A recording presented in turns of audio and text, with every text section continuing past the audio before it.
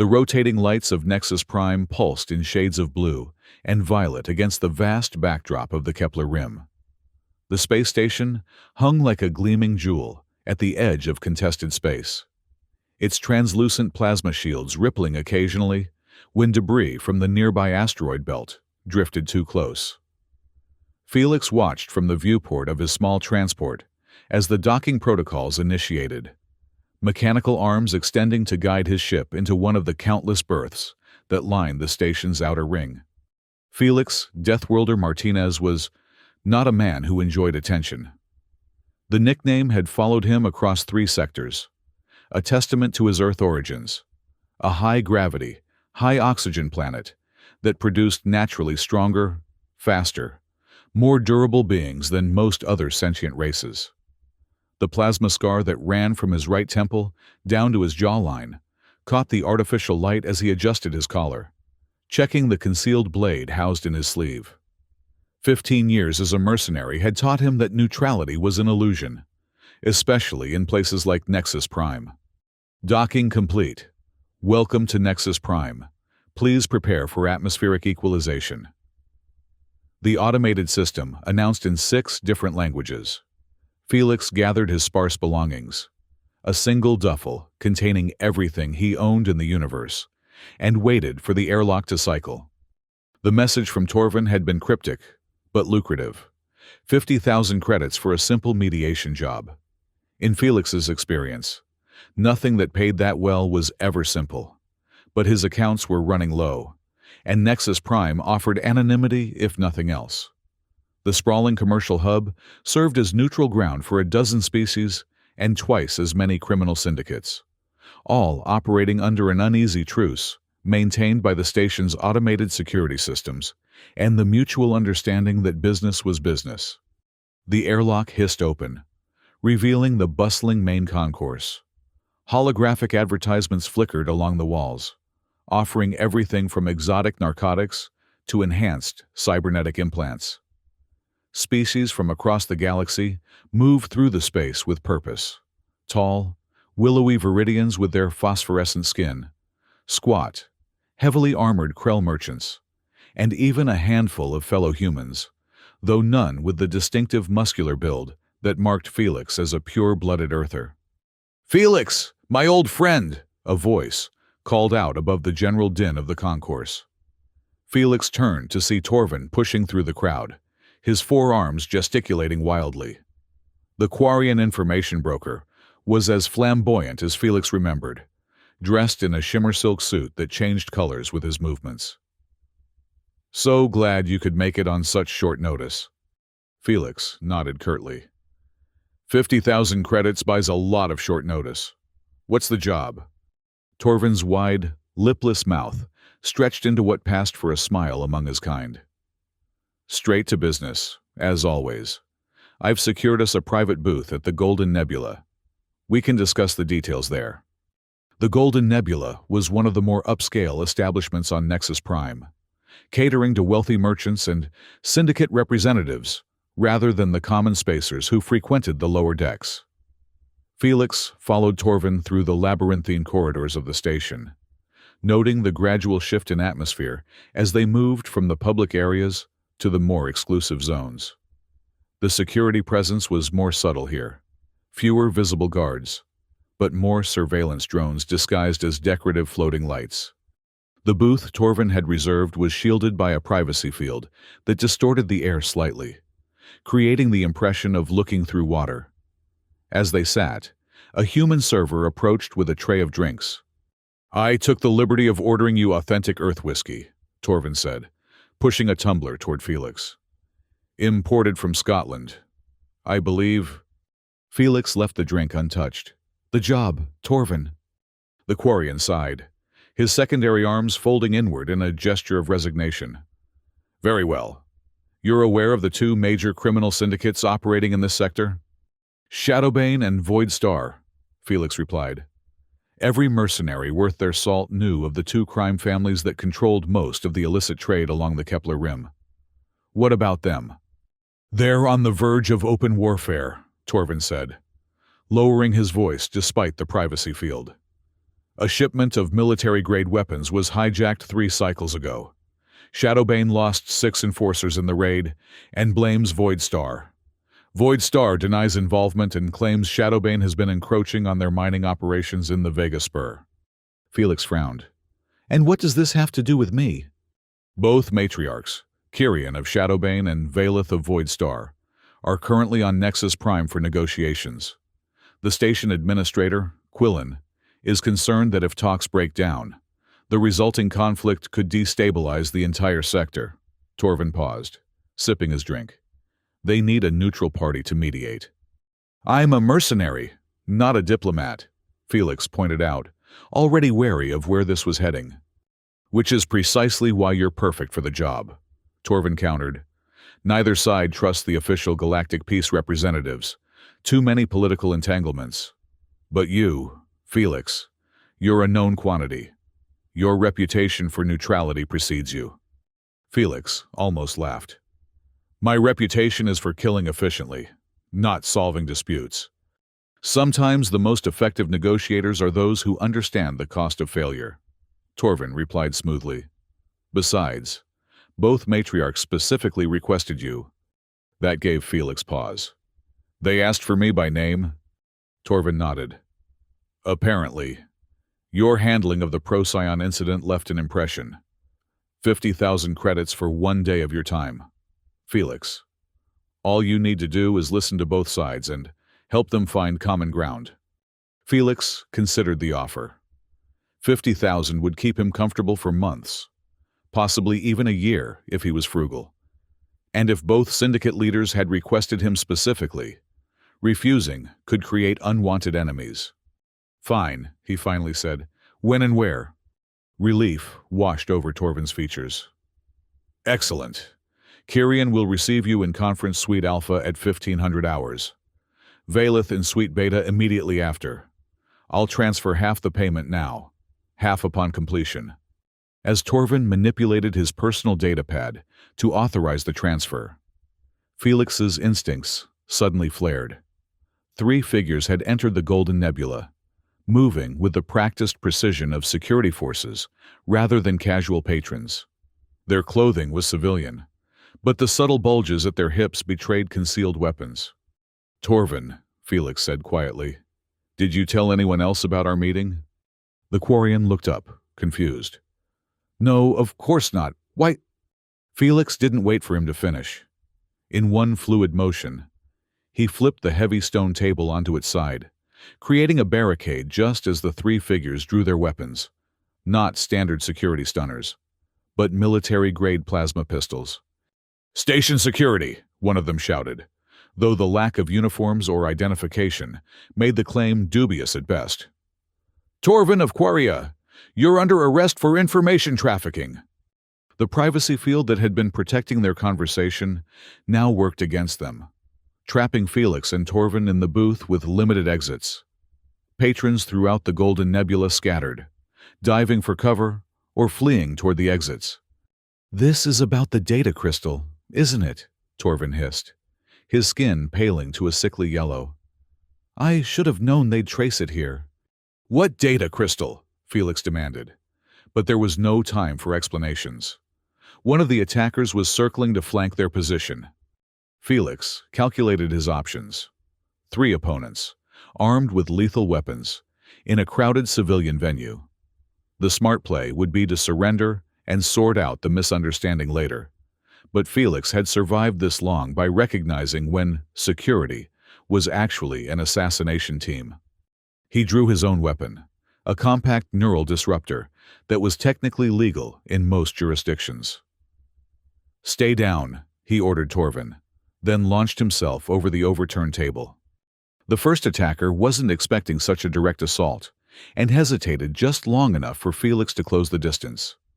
A quick strike to the throat collapsed the man's windpipe, and Felix relieved him of his plasma pistol as he fell. The second attacker got off a shot that sizzled past Felix's ear, leaving the acrid smell of burnt air.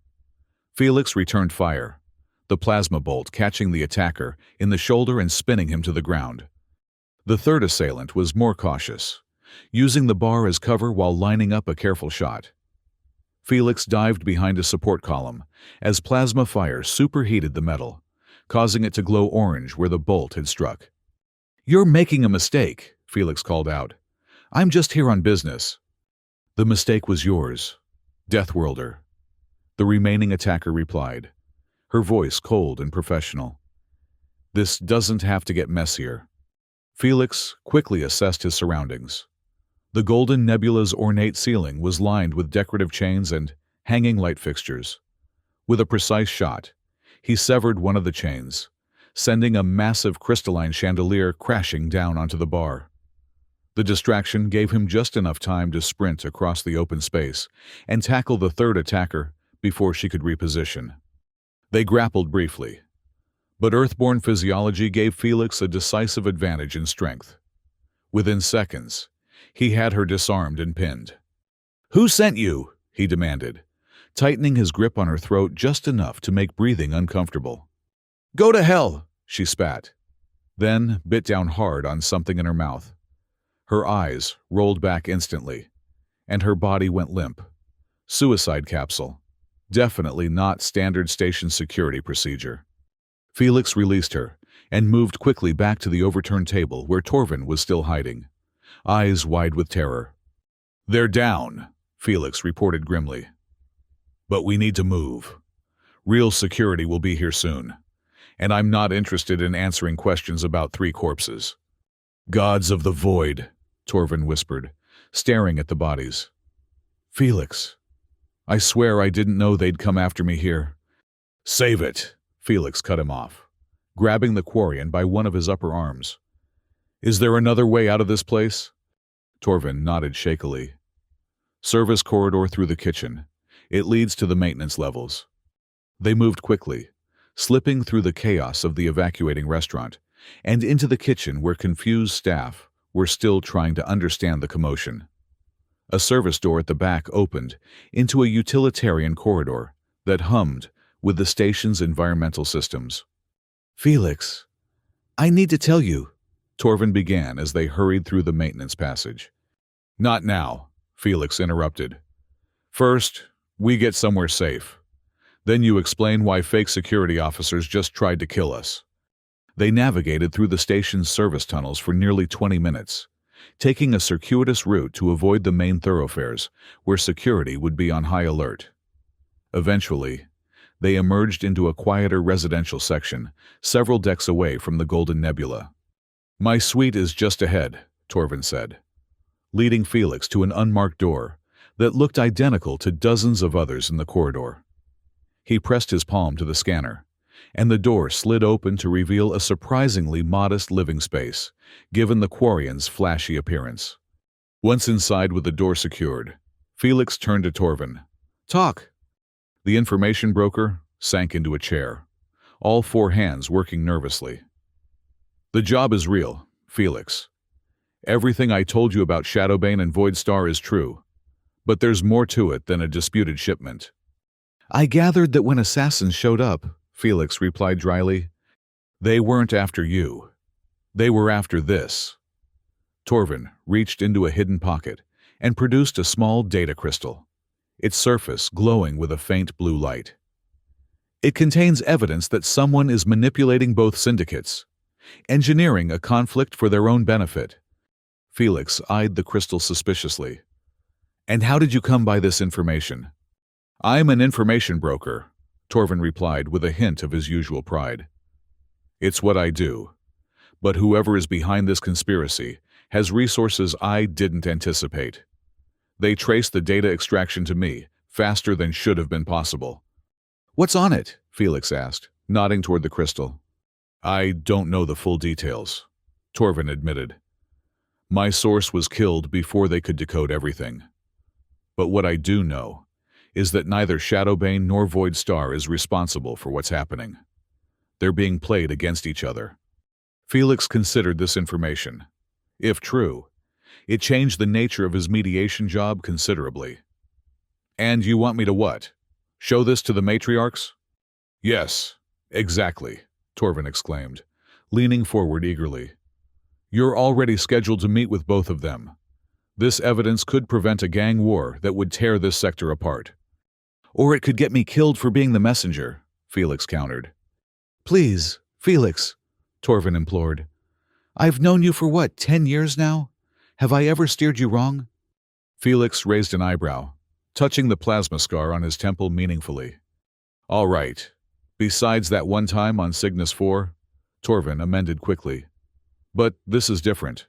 Lives are at stake, possibly thousands if these syndicates go to war. Felix sighed.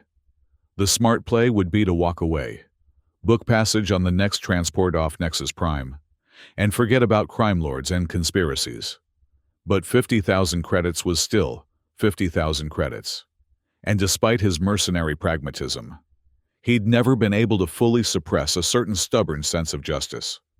I'll meet with them as planned, he finally said. I'll listen to what they have to say, and I'll consider showing them this evidence if it seems appropriate.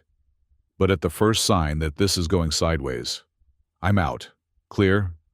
Relief washed over Torvin's features. Crystal clear. Thank you, Felix. I knew I could count on you. Felix pocketed the data crystal, already wondering if he would live to regret this decision. You'd better hope I don't end up with matching scars. Now, I need to clean up before these meetings. Where can I find temporary quarters? Use my guest room, Torvin offered, gesturing to a door on the far side of the living area. It's secure, and no one will look for you here. Felix nodded his thanks and retreated to the small room, setting his duffel on the bed. As he washed the sweat and adrenaline of the recent fight from his face, he studied his reflection in the mirror. The plasma scar was a constant reminder of how quickly a simple job could turn deadly. And somehow, he suspected that mediating between two crime lords while carrying evidence of a conspiracy against them would prove to be anything but simple.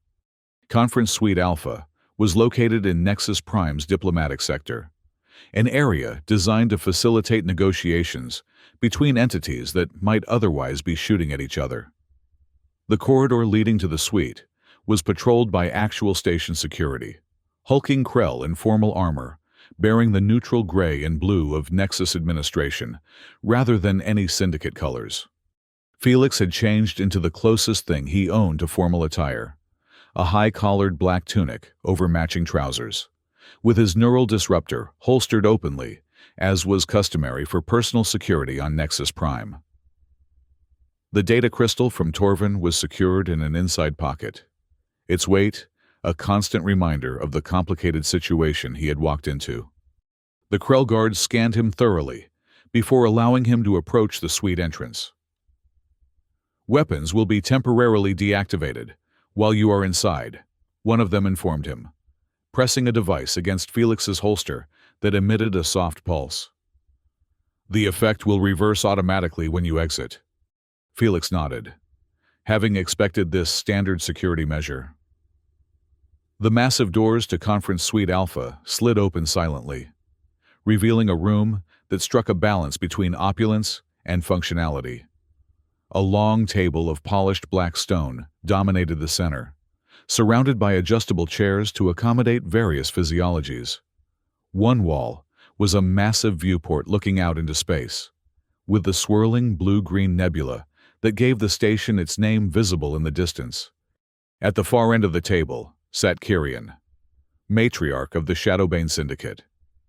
She was Azuri, a species known for their striking appearance, humanoid in general form, but with skin the deep crimson of oxygenated human blood, and eyes like liquid gold. Her head was adorned with a crown of short, keratinous spines that shifted slightly as she looked up at Felix's entrance. "The Deathworlder arrives," she said, her voice carrying the distinctive melodic quality of Azuri's speech, beautiful despite the cold tone. "I was beginning to think you might have reconsidered our invitation." Felix approached the table with measured steps. "I had an unexpected delay. My apologies, matriarch." Kyrian studied him with unblinking golden eyes. Two bodyguards flanked her, both Azuri males with the characteristic white facial markings of Shadowbane enforcers. Though they appeared unarmed, Felix knew that Azuri retractable bone blades could be deployed from their forearms in an instant.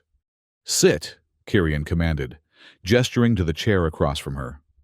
As Felix complied, she continued, "I assume Torvin has briefed you on the situation." "He provided an overview," Felix replied carefully. "A disputed shipment, casualties on your side, territorial accusations. But I'd prefer to hear your perspective directly." A thin smile curved Kyrian's crimson lips. "Direct indeed. Very well." She tapped a control embedded in the table, and a holographic display sprang to life between them, showing a cargo vessel surrounded by smaller craft. 6 days ago, my shipment of specialized mining equipment was intercepted near the Vega Spur. 6 of my people were killed, not stunned or incapacitated, but executed with precision plasma weapons to the central nervous system. The hologram shifted to show the aftermath.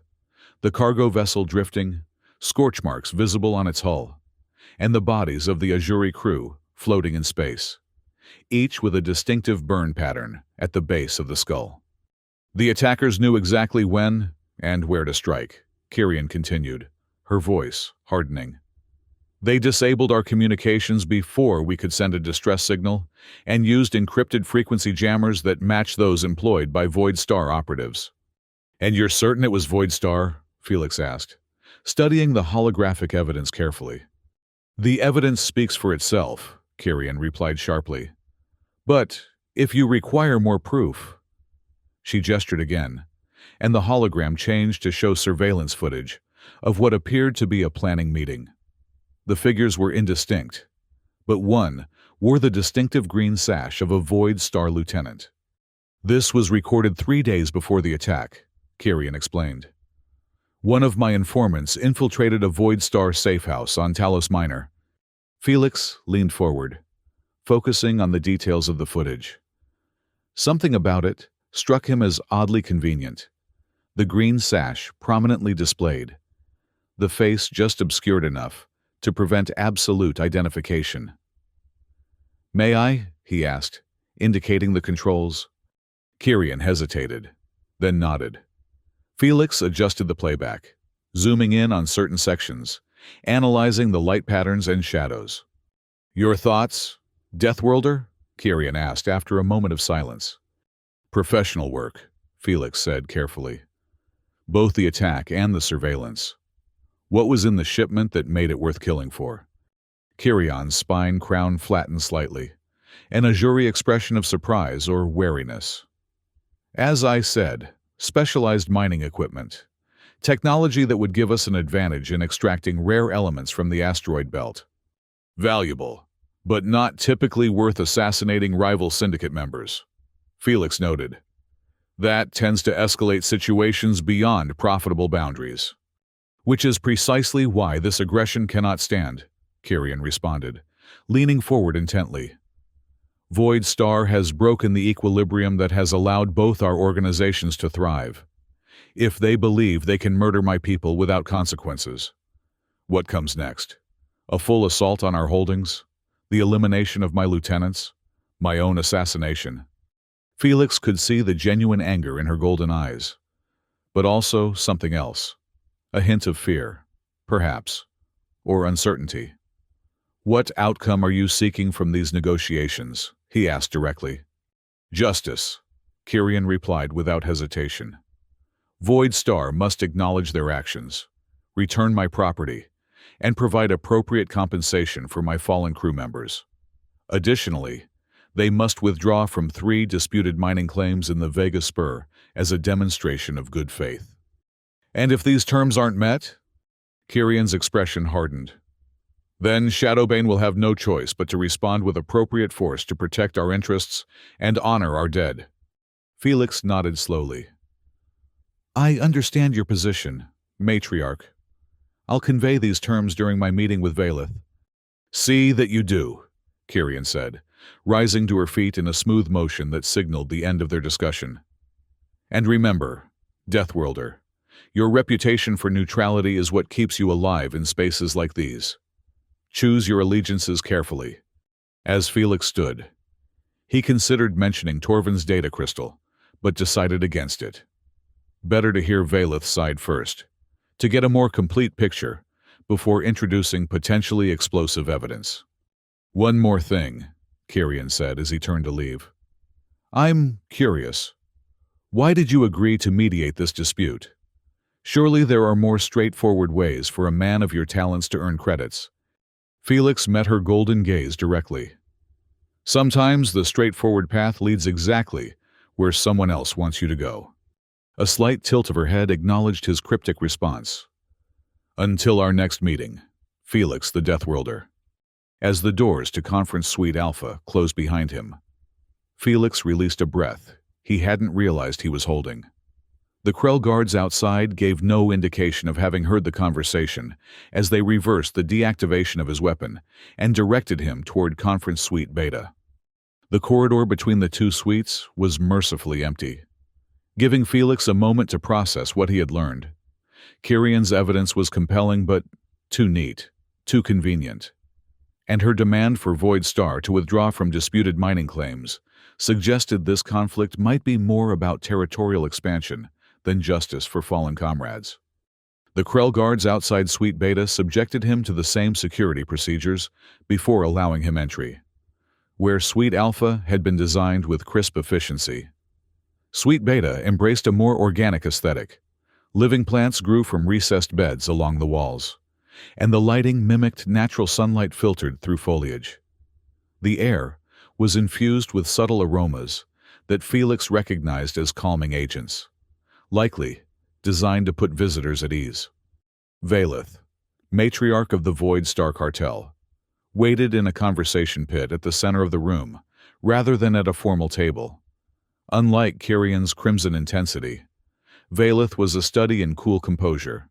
She was Lycian, her skin a pale blue-green with faint patterns that shifted subtly beneath the surface like clouds across the sky. Her eyes were entirely black, revealing nothing of her thoughts as she observed Felix's approach. "Felix," she greeted him, her voice carrying the distinctive harmonic undertones of Lysian speech. "Please, join me." She gestured to a seat across from her. Two Lysian guards stood at a respectful distance, their posture relaxed but alert. Unlike Shadowbane's enforcers with their obvious threat displays, Void Star operatives were known for more subtle lethality, neurotoxins and precision weapons rather than brute force. "Matriarch Valeth," Felix acknowledged, taking the offered seat. "Thank you for meeting with me." "The pleasure is mine," she replied with a slight inclination of her head. "I've followed your career with interest since your intervention in the Procyon dispute. Few can claim to have walked away from such a volatile situation with all parties satisfied." "Sometimes satisfaction just means everyone is equally unhappy," Felix remarked dryly. A hint of amusement crossed Valeth's features. "A pragmatic perspective. I appreciate that," she gestured, and a small table rose from the floor between them, bearing a refreshment service. "Water from Earth's Pacific Ocean.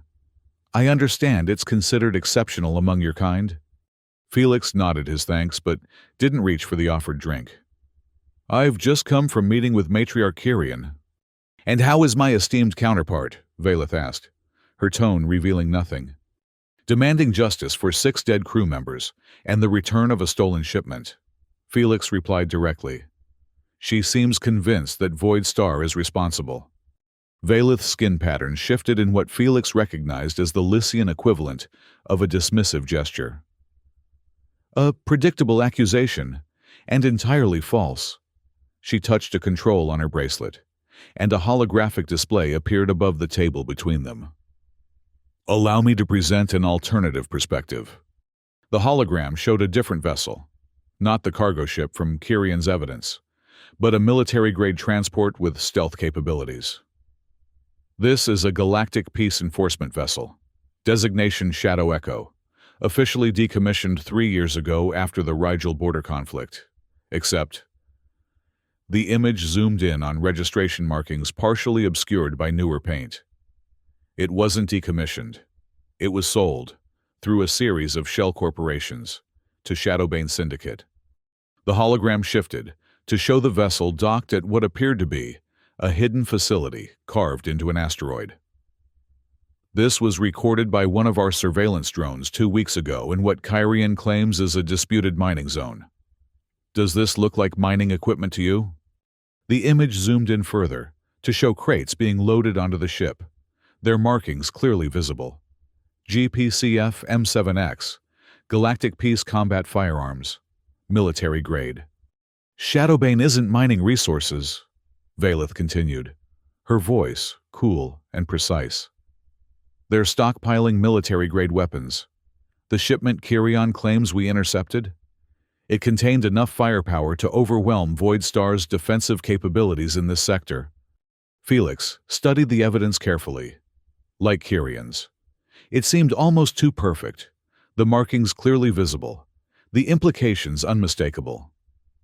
If this is true, why not bring it to the attention of Nexus Prime Administration, or even Galactic Peace Forces? Valeth's expression remained unchanged, but her skin patterns darkened slightly. Politics, Deathworlder.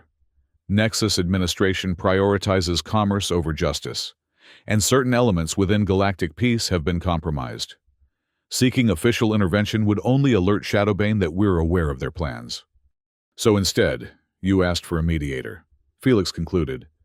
Precisely. A neutral party with a reputation for discretion and pragmatism. Valeth leaned forward slightly. We did not attack Shadowbane's shipment, but we cannot allow them to amass a military arsenal on our doorstep. Their accusations are a pretext, designed to justify aggression against Voidstar while portraying themselves as victims. Felix considered this information against what he had learned from Kyrian. Both stories were compelling, both supported by evidence, and both conveniently painted the other side as the aggressor. What outcome are you seeking from these negotiations? Verification and de-escalation, Valeth replied. A neutral inspection of all Shadowbane facilities in the disputed zones, supervised by you or another trusted third party. If no weapons are found, we will compensate Shadowbane for their lost shipment as a gesture of good faith. If weapons are discovered, her skin patterns rippled in a sequence Felix couldn't interpret. Then appropriate measures must be taken to restore balance. And those measures would be? Proportional to the threat, she answered smoothly. We have no desire for open warfare. Felix, violence is inefficient for business, but we will not allow ourselves to be targeted for elimination. Felix nodded slowly, his mind working through the implications of both Matriarch's claims. I'll convey your position to Matriarch Kyrian. I would expect nothing less, Valeth said, rising gracefully to her feet. But I wonder, Felix, having heard both sides now, what does your instinct tell you? Felix stood as well, meeting her obsidian gaze directly. That when two opposed stories are equally convincing, the truth usually lies elsewhere. A flicker of something, surprise, perhaps, or approval, crossed Valeth's face. A wise observation. Perhaps that is why you have survived so long in our complicated galaxy. She extended a hand in the human manner of farewell. I look forward to our next meeting. As Felix exited Conference Suite Beta, he felt the weight of Torvin's data crystal in his pocket more acutely than before. Both matriarchs had presented compelling cases, both supported by evidence that seemed too perfect to be entirely genuine, and neither had mentioned anything about an external manipulation, which either meant they were unaware of it, or complicit in concealing it. The Krell guards reactivated his weapon without comment, and Felix made his way back toward the public areas of the station, his mind sifting through everything he had learned. He needed to examine Torvin's data crystal before deciding his next move, but doing so would require security measures beyond what was available in a guest room. He found a secure communications terminal in a quiet corner of the commerce sector and rented it for an hour, paying extra for enhanced privacy protocols. Once inside the small booth, he inserted Torvin's crystal into the reader and began sifting through its contents. The data was encrypted, but the crystal itself contained a decryption algorithm that activated upon reading Felix's biometric signature. Torvin had obviously prepared it specifically for him. Files began to populate the screen, mostly shipping manifests, financial transactions, and communications logs. At first glance, they seemed unconnected, a random assortment of information without a clear pattern. Felix dug deeper, cross-referencing dates and locations, and gradually, a picture began to emerge. The supposed military weapons Valeth had identified weren't weapons at all. They were components for advanced surveillance systems, the kind used by intelligence agencies for planetary monitoring. And the mining equipment Kyrian claimed had been stolen contained similar technology, disguised as excavation sensors. Someone was positioning surveillance technology throughout the sector, using both syndicates as unwitting delivery systems. The coordination and planning required for such an operation went well beyond typical criminal enterprises. This had the hallmarks of a government intelligence operation. Felix was so absorbed in his analysis that he almost missed the subtle shift in air pressure that indicated the booth's door seal had been compromised. His hand moved to his neural disruptor, but before he could draw it, the door slid open to reveal a figure in the distinctive gray and blue uniform of Nexus Prime Administration. "Felix Martinez," the figure said, their features obscured by a reflective visor. "Administrator Quillen requests your immediate presence." Felix tensed, calculating his options. The administrator of Nexus Prime rarely dealt directly with visitors unless they had committed serious infractions or were persons of exceptional importance. Neither category boded well for his current situation. "May I ask what this is regarding?" Felix inquired, surreptitiously ejecting Torvin's data crystal and palming it. "A security matter concerning your recent meetings," the official replied. "Please come with me." With few viable alternatives that wouldn't involve fighting his way through a space station's security forces, Felix nodded and followed the official out of the communications booth. They proceeded through increasingly restricted areas of Nexus Prime, eventually arriving at a nondescript door, guarded by two Krell in formal armor. "Your weapon, please," the official requested. When Felix hesitated, they added, "It will be returned upon the conclusion of your meeting." Felix reluctantly surrendered his neural disruptor, noting that this time there was no deactivation procedure. They were taking the weapon itself. The door slid open to reveal not an office, as he had expected, but a small command center. Displays showed various sectors of Nexus Prime, security team deployments, and external sensor readings. In the center of the room stood a figure Felix assumed must be Administrator Quillen, a tall, slender being of indeterminate species, their features concealed by an environmental suit that suggested either extreme sensitivity to standard atmospheres or a desire for anonymity, or both. "Felix Martinez," Quillen greeted him, their voice rendered artificially smooth by the suit's vocoder. "Thank you for joining me on such short notice." "I wasn't aware I had a choice," Felix replied, remaining near the door. "There are always choices," Quillen said, gesturing to a seating area away from the main displays. "Though some are more practical than others. Please, sit." Once they were seated, Quillen continued. "I understand you've met with both Matriarch Kyrian and Matriarch Valeth today." "That's correct," Felix confirmed, seeing no reason to deny what was clearly already known. "And what were your impressions of these meetings?" Felix studied the administrator's featureless faceplate, trying to discern the purpose behind the question. They both presented compelling cases for their respective positions. Both provided evidence that implicates the other side. Standard syndicate power struggle.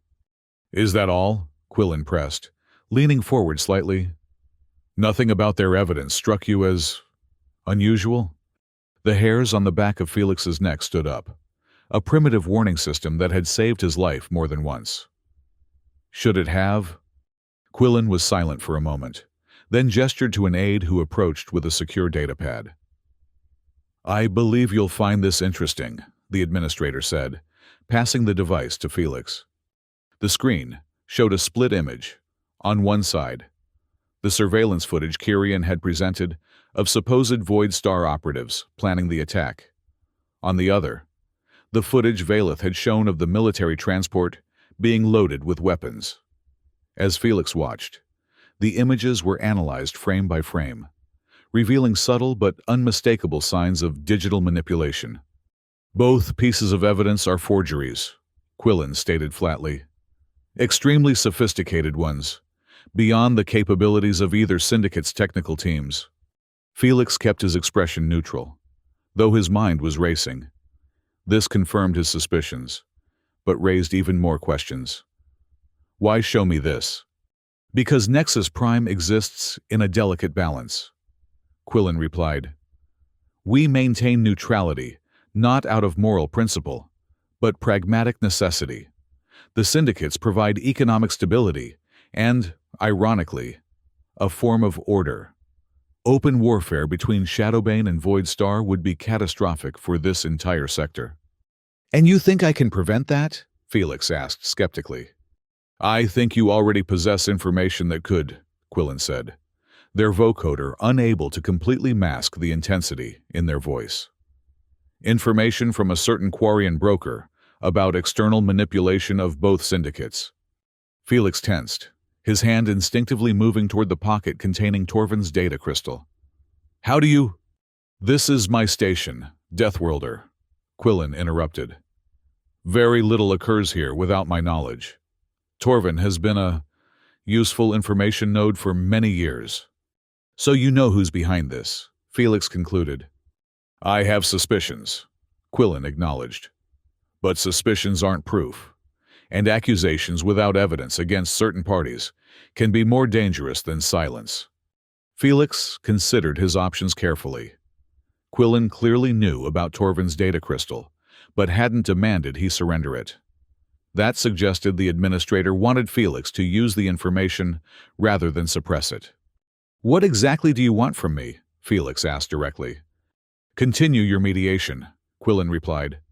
Meet with both matriarchs again, together this time. Present what you've learned. Help them see that they're being manipulated into a conflict that serves neither of their interests. And if whoever is behind this decides I'm interfering with their plans? Quillen's vocoder emitted what might have been a sigh. That risk exists regardless of your actions now. You've already been targeted once today. The incident at the Golden Nebula was not a random security patrol. Felix wasn't surprised that Quillen knew about that as well. Those were professional operators. Military training, suicide protocols. Precisely, Quillen agreed. Which is why time is of the essence. I've arranged a joint meeting with both matriarchs in 1 hour in Conference Suite Gamma. My security teams will ensure you arrive safely. Felix weighed his options. Walking away would be the safest choice for him personally. But it would leave both syndicates on a collision course, engineered by an unknown party with considerable resources. And Felix had never been good at walking away from puzzles or injustice. I'll do it, he finally said. But I want something in return. Name it, Quillen offered. Transport off Nexus Prime when this is over. Clean credentials, no tracking. Quillen's head tilted slightly. Expecting trouble. Always, Felix replied grimly. Done, Quillen agreed. My chief of security will escort you to the conference suite when it's time. Until then, I suggest you prepare your presentation carefully. You'll have one chance to convince both matriarchs before whoever is behind this realizes what's happening and takes more direct action. As Felix left the administrator's office, his neural disruptor returned as promised. He couldn't shake the feeling that he was being maneuvered into position like a game piece. Torvin's convenient job offer, the too perfect evidence from both syndicates, Quillen's timely intervention, it all felt orchestrated. The question was, by whom, and to what end? He needed to analyze the rest of Torvin's data before the joint meeting, and he needed to find the Quarian himself. If Torvin had been tracking this conspiracy long enough to compile such extensive evidence, He might have insights that weren't included in the crystal. Felix made his way back toward Torvin's quarters, taking a circuitous route and checking frequently for surveillance or pursuit. The corridors of Nexus Prime seemed more threatening now. Each passing stranger a potential operative. Each security camera a watchful eye for whoever had engineered this conflict. He was 3 decks away from Torvin's residence when the station's alert system suddenly activated, bathing the corridor in pulsing red light. "Attention all residents and visitors," an automated voice announced. "Security breach detected in residential section 7C. Lockdown protocols engaged. Please remain in your current location until further notice." Section 7C, exactly where Torvin's quarters were located. Felix quickened his pace, ignoring the lockdown order. If someone had gone after Torvin, they might be after the same information Felix now carried. Or worse, silencing potential witnesses. He was forced to detour around several sealed bulkheads, navigating through maintenance shafts and service corridors to circumvent the lockdown. As he emerged into a passageway, one section over from Torvin's, the acrid smell of plasma discharge hung in the air. A firefight had occurred recently. Drawing his neural disruptor, Felix approached cautiously. The corridor outside Torvin's quarters was scorched with plasma burns, and the door itself had been breached with military-grade cutting tools. Inside, the living area was a disaster zone of overturned furniture and blast marks. "Torvin!" Felix called out, moving carefully through the wreckage. There was no response. A thorough search of the quarters revealed no sign of the Quarian. But the pattern of destruction told a story. Multiple attackers, professional equipment, and judging by the blood spatter on one wall, both Quarian blue and another color Felix didn't recognize. At least some resistance had been offered. Felix was examining a particularly interesting blood pattern when his instincts flared again. He dived sideways, just as a plasma bolt sizzled through the space where his head had been a moment before. Rolling behind an overturned table, he caught a glimpse of his attacker, humanoid, dressed in the same nondescript civilian clothing as the security officers from the Golden Nebula. "Target confirmed." The attacker spoke into a wrist communicator. "Proceeding with elimination." Felix quickly assessed his surroundings. The neural disruptor was effective but short-ranged, while his opponent wielded a military-grade plasma weapon with greater range and lethality. The quarters were small, offering limited mobility, and the doorway, his only exit, was covered by the attacker's position. "Whoever you're working for," Felix called out, "they're manipulating you just like they're manipulating the syndicates." "Save your breath, Deathworlder," the attacker replied coldly. "This isn't personal. You're just a loose end." A loose end. That confirmed Felix's suspicion that whoever had engineered the conflict between Shadowbane and Void Star now viewed him as a threat to their operation. But it also meant the attacker might not know about Torvin's data crystal. Otherwise, they would have demanded he surrender it. Felix needed a distraction. His gaze fell on the environmental controls near the far wall. A direct hit to the atmospheric regulator would trigger an emergency response from the station systems. He took a deep breath, then fired 3 rapid shots at the regulator panel. The neural disruptor's energy pulses struck the sensitive equipment, causing it to short-circuit in a shower of sparks. Immediately, a klaxon sounded, and emergency protocols activated, including a sudden pressure equalization that sent a powerful gust of air through the room, momentarily disorienting the attacker. Felix seized the opportunity, launching himself across the space in a tackle that slammed the assailant against the wall. They grappled fiercely, the attacker attempting to bring the plasma weapon to bear, while Felix fought to control their wrists. Earthborn strength gave Felix an edge in the close-quarter struggle. But his opponent was augmented, cybernetic enhancements visible in the unnatural fluidity of their movements. With a sudden twist, the attacker broke Felix's grip and managed to level the plasma weapon at his chest. Felix reacted instinctively, driving his forearm up to deflect the shot. The plasma bolt discharged harmlessly into the ceiling, But the superheated exhaust scorched Felix's arm, sending pain lancing through his nervous system. Gritting his teeth against the burn, Felix slammed his head forward in a brutal headbutt that connected with the attacker's face. There was a satisfying crunch as their nose broke, and they staggered backward, momentarily stunned. Felix followed up with a precision strike to the throat that collapsed their windpipe. Then, wrenched the plasma weapon from their weakening grip. The attacker reached for something at their belt, likely another suicide capsule, like the one at the Golden Nebula. But Felix was faster, delivering a knockout blow to the temple that sent them crumpling to the floor, unconscious but alive. Working quickly, Felix secured the attacker with restraints from his own equipment pouch, then conducted a thorough search. The operative carried no identification, but their equipment was high-end and standardized, the kind of gear issued to special operations units, rather than assembled by individual mercenaries. Most tellingly, a small insignia was tattooed on the inside of their wrist, partially concealed by dermal camouflage. A stylized star with a sword through it, the unofficial emblem of Galactic Peace Intelligence Division. Felix's suspicions crystallized. If Galactic Peace operatives were involved, this conspiracy reached to the highest levels of interstellar governance. But why would they want to instigate a war between criminal syndicates? What could possibly be worth the chaos and bloodshed that would result? The answer had to be in Torvin's data. Felix needed to finish his analysis, but he couldn't stay here. More operatives would be coming soon, especially since their comrade had confirmed his location before attacking.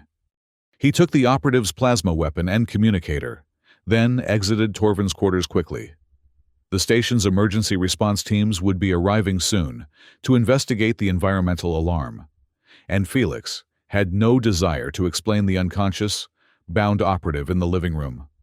Time was running short before his scheduled meeting with the matriarchs. Felix needed a secure location to finish analyzing Torvin's data, and he needed to determine if the Quarian was still alive, or if he'd been captured or killed during the raid on his quarters. As he moved through the station's service corridors, avoiding the main thoroughfares where security would be on high alert, Felix considered his options. He couldn't trust station security, not when Galactic Peace Intelligence might have operatives embedded throughout Nexus Prime. He couldn't return to his ship, as it would be the first place they'd look for him. He needed an ally, someone with resources and a vested interest in preventing the syndicates from going to war. The answer came to him as he passed a maintenance junction. Administrator Quillen had already demonstrated knowledge of the situation and a desire to maintain the delicate balance on Nexus Prime. Whether for moral or practical reasons, their interests aligned with Felix's, at least temporarily. Felix activated the communicator he'd taken from the operative, adjusting its frequency to match Nexus Prime's administrative channel, a detail he'd memorized during his brief visit to Quillen's command center. "Administrator Quillen," he transmitted, keeping his message brief. "This is Felix. Situation escalated. Need secure location to prepare for meeting. Galactic Peace Intelligence involved." There was a moment of silence. Then, Quillen's artificially modulated voice replied, "Maintenance Hub 17, Level 4. Input code 7392 at the security panel. My people will meet you there." Felix acknowledged and changed direction, navigating the labyrinthine service corridors toward Maintenance Hub 17. He remained vigilant, aware that the communicator he was using might be compromised, but he had few alternatives with time running out. Maintenance Hub 17 proved to be a sprawling complex dedicated to the station's environmental systems. Felix entered the code at the security panel, as instructed, and the door slid open to reveal not the administrator's people, but the administrator themselves, still encased in their environmental suit. "You're taking a personal interest in this situation," Felix observed as he entered, the door sealing behind him. "The stability of Nexus Prime is my responsibility," Quillen replied. "And events are moving more quickly than anticipated. The attack on Torvin's quarters wasn't scheduled for another 6 hours, according to our intelligence." "Scheduled?" Felix questioned sharply. You knew they were coming after him? We suspected, Quillen corrected. Just as we suspected they would target you after your meetings with the matriarchs. What we didn't anticipate was how quickly they would act once they realized Torvin had shared information with you. Felix's eyes narrowed. What happened to Torvin? Unknown, Quillen admitted. He triggered a personal emergency beacon approximately 7 minutes before the attack on his quarters. But by the time my security team arrived, he was gone, along with whoever raided his residence. Gone doesn't mean dead, Felix noted. A fair assessment, Quillen agreed. Now, I believe you have data that needs analysis before your meeting with the matriarchs. Felix hesitated, still not entirely convinced of the administrator's trustworthiness, but aware that time was his enemy. I need a secure system, isolated from your network. Quillen gestured to a workstation in the corner of the hub. That terminal is air-gapped from Nexus Prime's main systems. It should serve your needs. Felix moved to the terminal and inserted Torvin's data crystal, resuming his interrupted analysis. As more of the encrypted files unlocked under his examination, a clearer picture emerged of the conspiracy Torvin had uncovered. The surveillance technology being smuggled through both syndicates wasn't just for monitoring. It was part of a larger network designed to establish control over key trade routes and resource-rich regions throughout the sector. Once in place, this network would allow whoever controlled it to manipulate markets, track shipments, and potentially blackmail or control influential figures across multiple systems. But the most damning piece of evidence was a partially corrupted communication log that included correspondence between someone with the codename Vanguard and various operatives. The messages outlined a strategy to eliminate both Shadowbane and Voidstar in a manufactured conflict, creating a power vacuum that could be filled by a new organization, directly controlled by Galactic Peace Intelligence. Arcturus Vane, Felix muttered, as he pieced together fragmented data. Deputy Director of Galactic Peace, Special Operations Division. What about him? Quillen asked, moving closer to view the screen. He's Vanguard, Felix explained, pointing to a decryption key that linked the code name to an authorization signature. He's orchestrating this entire operation, setting up both syndicates, planning to eliminate them, and then stepping in to control this sector directly through a network of operatives and surveillance systems. Quillen was silent for a moment, the environmental suit revealing nothing of their reaction. This would constitute a massive overreach of Galactic Peace Authority, they finally said, essentially creating a shadow empire within their jurisdiction. And Nexus Prime would be at its center, Felix added. Which explains why they're so interested in what happens here. Can you compile this evidence in a form that can be presented to the matriarchs? Quillen asked. Felix nodded, already working to extract and organize the key files. It'll be ready for the meeting, but we should expect Vane's operatives to try to stop us from reaching Conference Suite Gamma. I've already enhanced security for the route you'll take, Quillen assured him.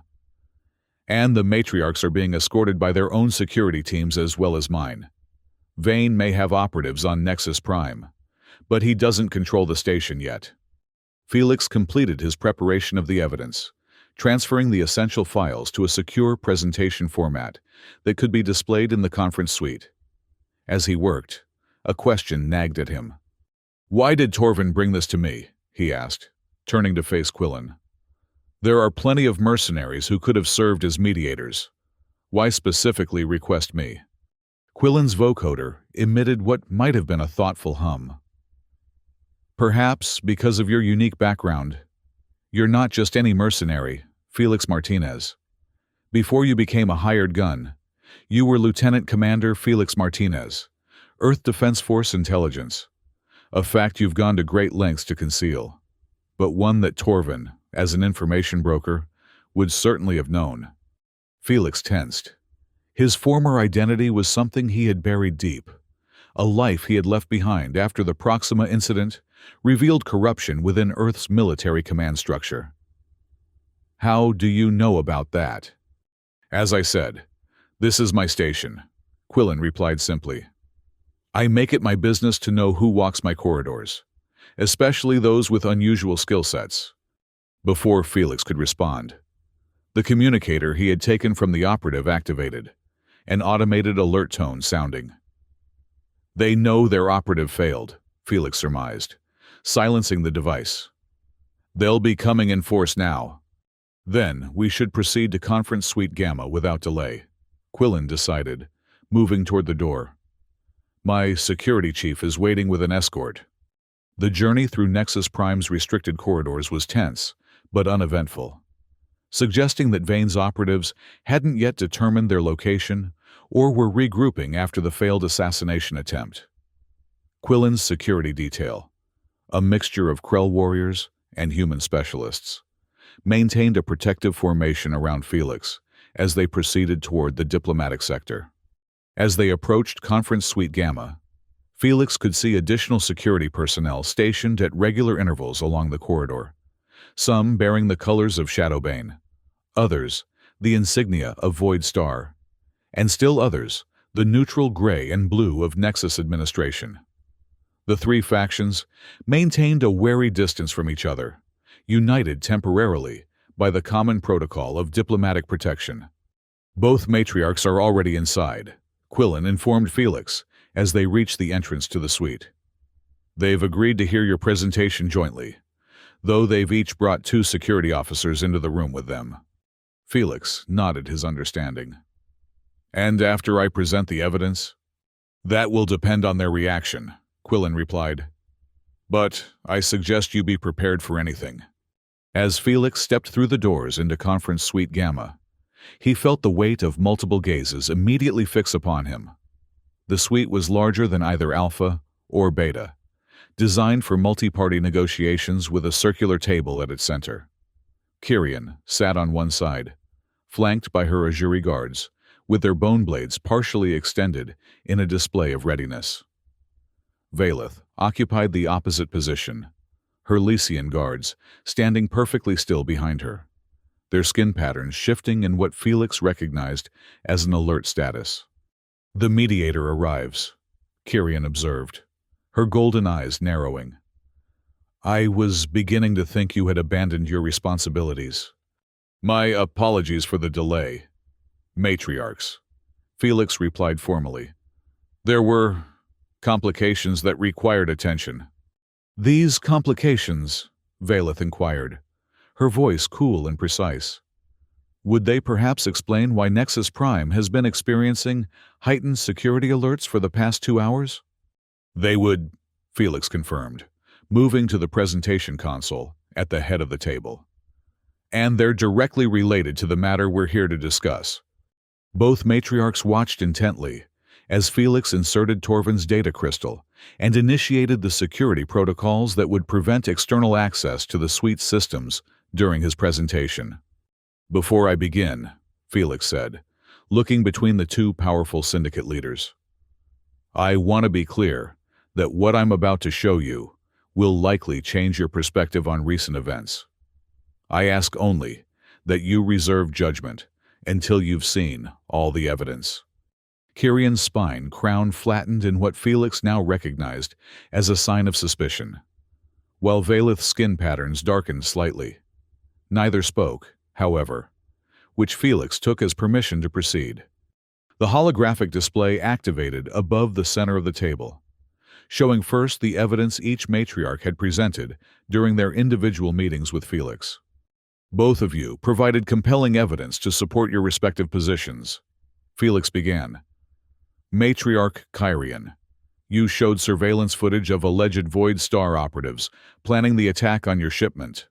Matriarch Valeth, you presented documentation of a supposedly decommissioned military vessel being used by Shadowbane to transport weapons. Felix manipulated the controls, and the images were subjected to a detailed forensic analysis, revealing the signs of sophisticated digital manipulation. Both pieces of evidence are forgeries, he stated plainly, created using advanced techniques beyond the capabilities of either of your organization's technical teams. Kyrian's golden eyes flashed with anger. You dare accuse me of fabrication? Not you, Felix clarified quickly. Someone has gone to extraordinary lengths to provide each of you with evidence that would implicate the other side. Consider, who would benefit most from a war between Shadowbane and Void Star? Valeth leaned forward, her obsidian eyes reflecting the holographic display. Continue, she instructed, placing a restraining hand on the arm of her security chief, who had tensed at Kyrion's outburst. Felix nodded and proceeded to present the evidence compiled from Torvin's data crystal, the shipping manifest revealing the true nature of the cargo both syndicates had been unwittingly transporting. The communication log showing the strategy to eliminate both organizations, and finally, the connection to Arcturus Vane, Deputy Director of Galactic Peace. The surveillance technology being positioned throughout this sector isn't designed for simple monitoring, Felix explained, displaying a map of the strategic locations where components had been placed.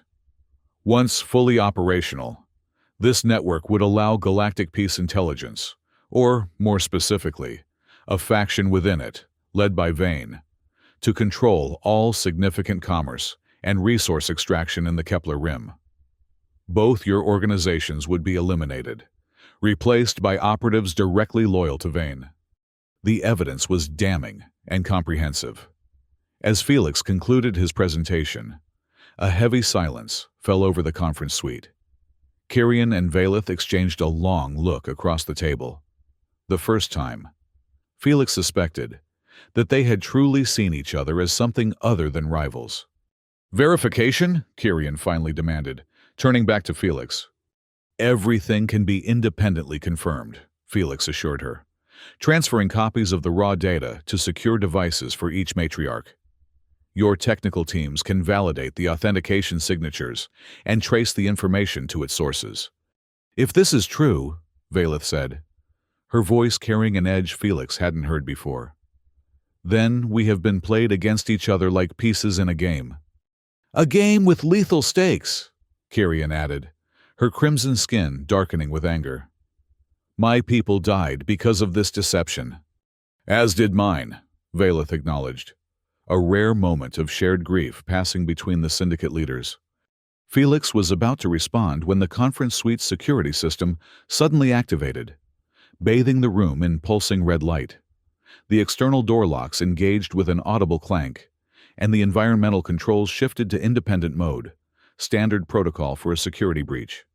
What is happening? Kyrion demanded, rising to her feet as her guards moved protectively closer.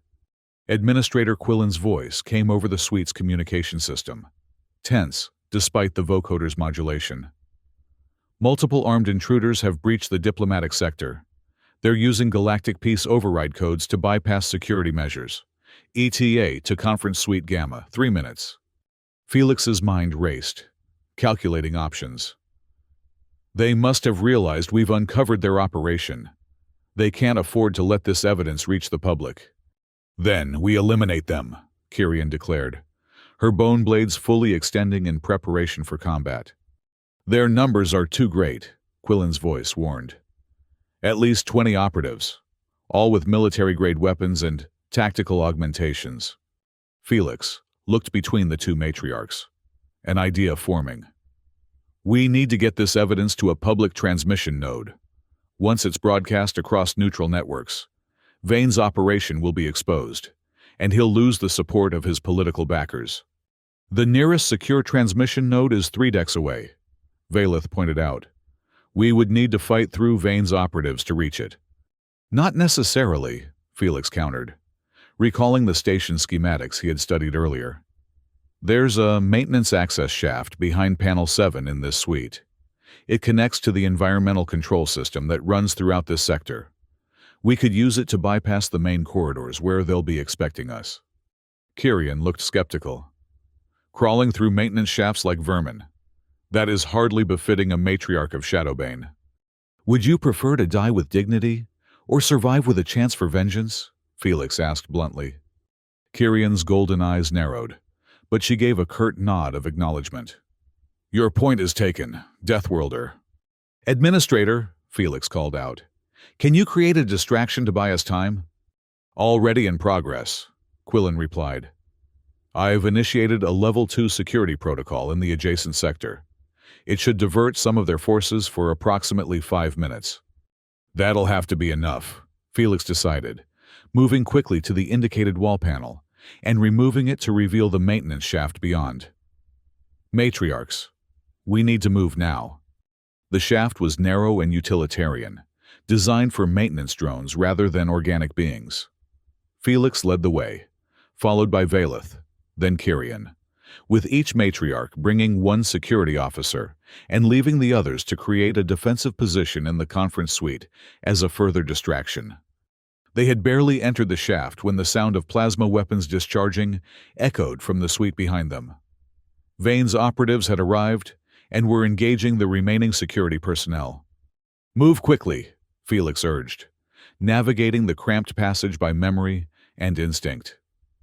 The shaft branched repeatedly, forming a complex network that serviced the entire diplomatic sector. Without Quillen's guidance via a private channel to Felix's communicator, they would have quickly become lost in the maze. After several tense minutes of crawling through increasingly narrow passages, they reached a junction where the shaft widened enough for them to regroup. We're directly beneath the secondary communications hub, Felix informed the others, consulting the schematic Quillen had transmitted. From here, we can access the broadcast systems and transmit the evidence across all neutral networks in the sector. And what's to prevent Vane's operatives from simply shutting down the transmission? Kyrian asked pragmatically.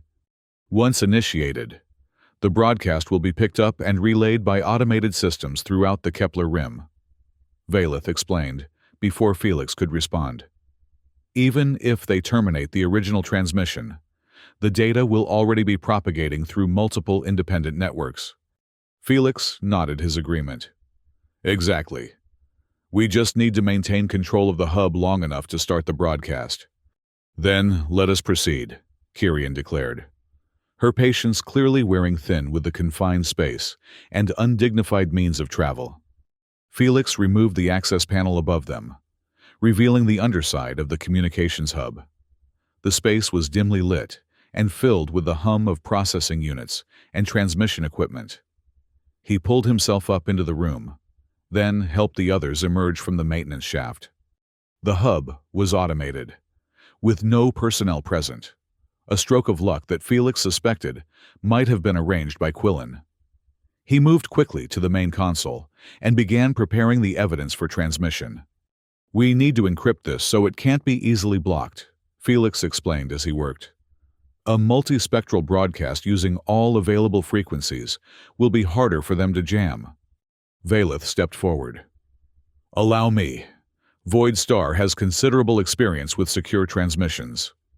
Her slender fingers moved across the console with practiced efficiency, implementing encryption protocols that Felix recognized as military-grade or better. As they worked, Kyrian and the security officers took up defensive positions near the entrance. We have company, the Azuri matriarch announced grimly. Multiple heat signatures approaching from the main corridor. How much longer? Felix asked Valeth. 30 seconds to complete encryption, she replied, not looking up from the console. Then another 45 for the transmission to propagate beyond their ability to contain it. So we need to hold them off for 75 seconds, Felix concluded, drawing the plasma weapon he had taken from Vane's operative. Manageable. Kyrian's expression suggested she found his assessment optimistic, but didn't contradict him. Her bone blades gleamed in the hub's low light as she positioned herself beside the door, her guard taking cover behind a storage unit with a clear line of fire to the entrance. The door to the communications hub slid open, and immediately plasma fire lanced through the opening. Felix and the others returned fire, forcing the attackers to pull back momentarily. Transmission initiating, Valeth announced. 60 seconds to completion. A small sphere rolled through the doorway, coming to rest in the center of the room. Grenade! Felix shouted, diving for cover as the device detonated, not with an explosion, but with a pulse of energy that temporarily disrupted electronic systems. The lights flickered, and several minor consoles went dark. But the main transmission equipment remained functional, protected by the hub's redundant systems. EMP resistant, Valeth noted with professional appreciation. Expensive equipment. Transmission status, Felix called out, firing a series of plasma bolts through the doorway to keep the attackers at bay. Still processing. 45 seconds remaining, Valeth replied. Her guard, now positioned protectively beside her at the console. The attackers changed tactics, deploying a smoke canister that quickly filled the corridor outside with dense, obscuring vapor. Kirian's guard adjusted something on his helmet, likely switching to thermal imaging. Multiple targets entering the smoke, he reported. They're preparing to rush the position. Let them come, Kirian said with grim determination, her bone blades fully extended and ready. The attack came in a coordinated wave.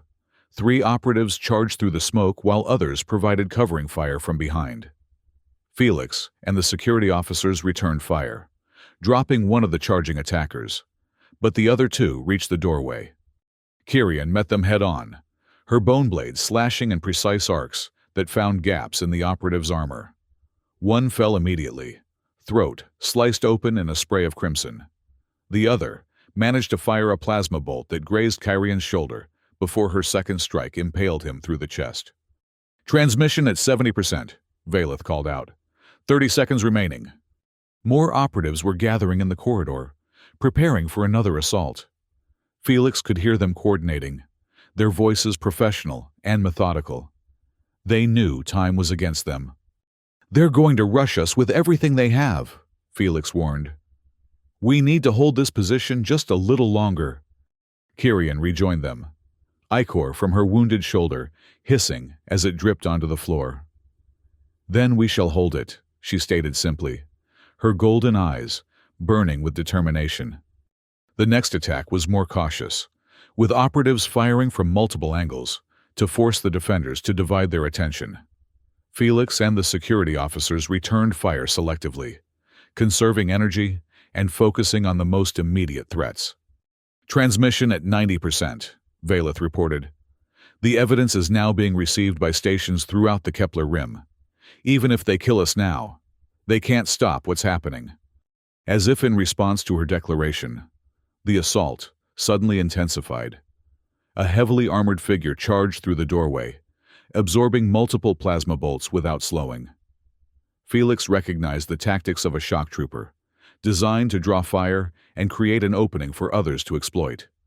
"Focus on the ones behind him!" Felix shouted, adjusting his aim to target the less protected operatives, following in the shock trooper's wake. Kirian engaged the armored attacker directly, her bone blade seeking joints and seams in the heavy protection. The shock trooper swung a massive fist that would have crushed a normal opponent, but Kirian's Azuri agility allowed her to evade the blow, while countering with a strike that found the vulnerable neck seal of the armor. "Transmission complete," Valeth announced triumphantly. "The evidence is now propagating through independent networks across 3 sectors. It cannot be contained." As if sensing their failure, the intensity of the attack suddenly diminished. The operatives pulled back, regrouping in the corridor outside. "They're retreating," Kirian's guard observed with surprise. "Not retreating," Felix corrected grimly. "Changing tactics. This isn't over." As if to confirm his assessment, a new voice came over the station's communication system. Smooth, cultivated, and carrying the unmistakable authority of someone accustomed to command. "This is Deputy Director Arcturus Vane of Galactic Peace," the voice announced. "I must commend you on your resourcefulness. Felix Martinez. Few could have uncovered our operation, let alone successfully exposed it to the public."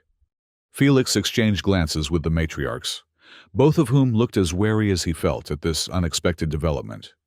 "However," Vane continued, "you should know that what you've done changes very little in practical terms.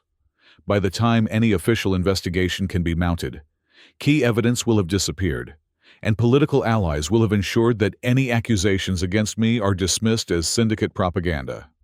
"He's stalling," Felix realized aloud. "Trying to keep us talking while he positions his forces for a final assault." "Indeed," Valeth agreed. "We should not remain here." "But there is an alternative," Vane's voice continued smoothly. One that could benefit all parties involved. The syndicates maintain their territories.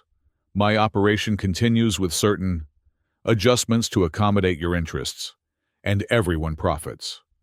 All I ask is that you transmit a follow-up message indicating that the previous evidence was falsified. A simple misunderstanding in the heat of syndicate rivalry. Kirian's laugh was harsh and cold. Does he truly believe we would trust him after this deception? After he caused the deaths of my people? He believes power is its own justification, Felix replied, already moving toward the maintenance shaft. And that everyone has a price. We need to go, now. They retreated into the shaft, just as a new wave of operatives began their assault on the communications hub. This time, Felix led them on a different route, away from the diplomatic sector and toward the lower levels of the station where the commercial and residential areas would provide more cover and escape options. Administrator Quillen, Felix called over his private channel as they moved. We've completed the transmission. What's the situation station-wide? Chaotic, Quillen replied, their vocoder struggling to mask the tension in their voice. Vane's operatives have established control over several key sectors, including primary docking. However, the transmission has indeed gone wide. Reports are coming in from across the Kepler Rim as various authorities and independent entities receive and verify the evidence. What about Torven? Felix asked, recalling the Quarian broker who had started this chain of events. Still missing, Quillen reported. But we have a potential lead.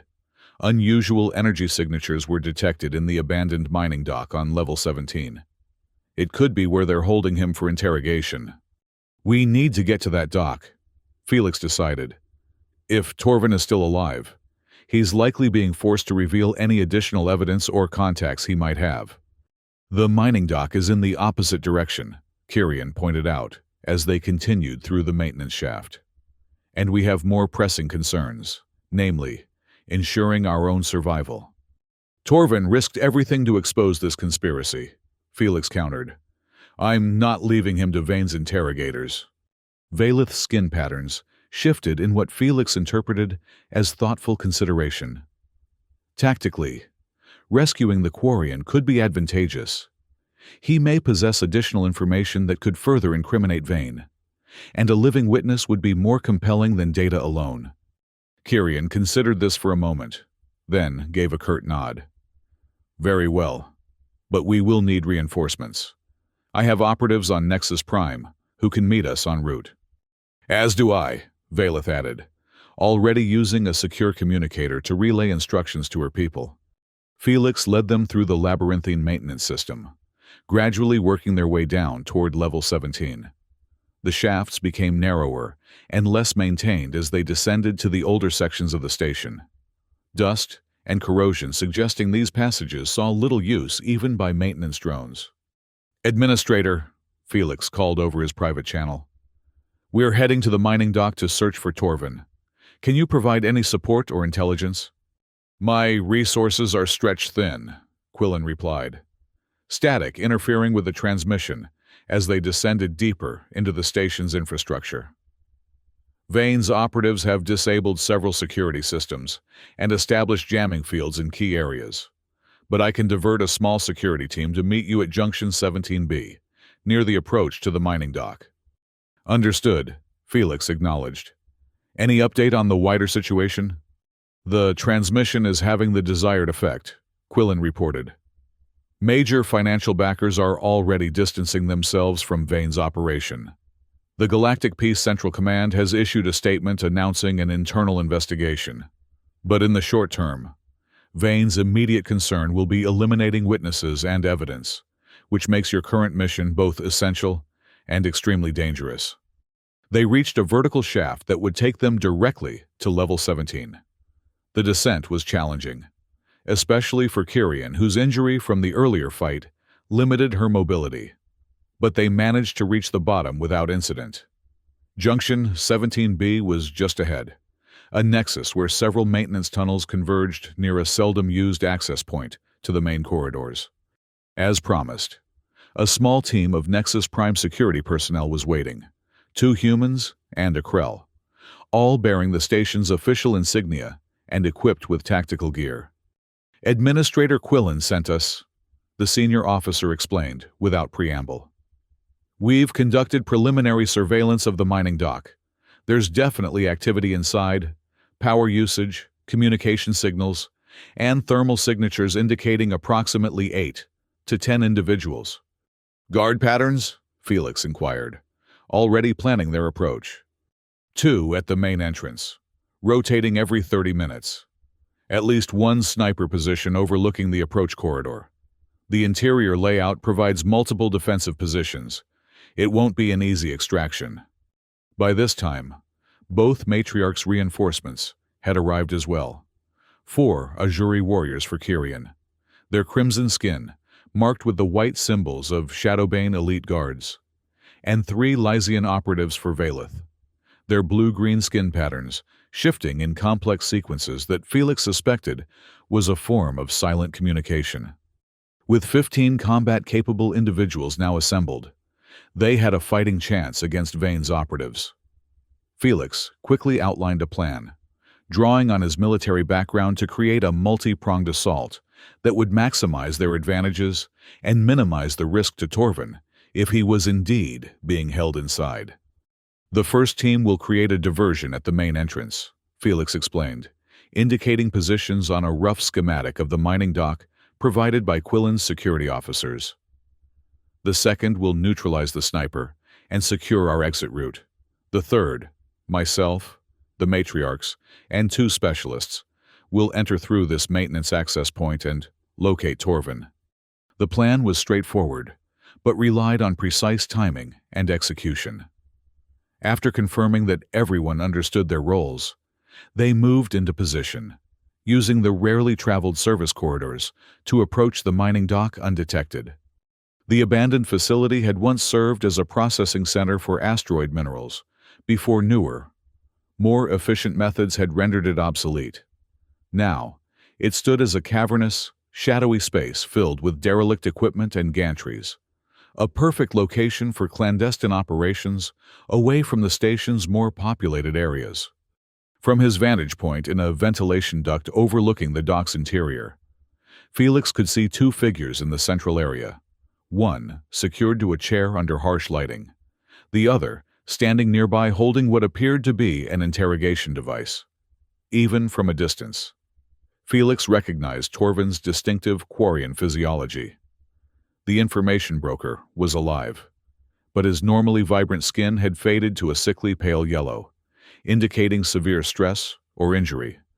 Felix signaled to the others, confirming Torvin's presence and location.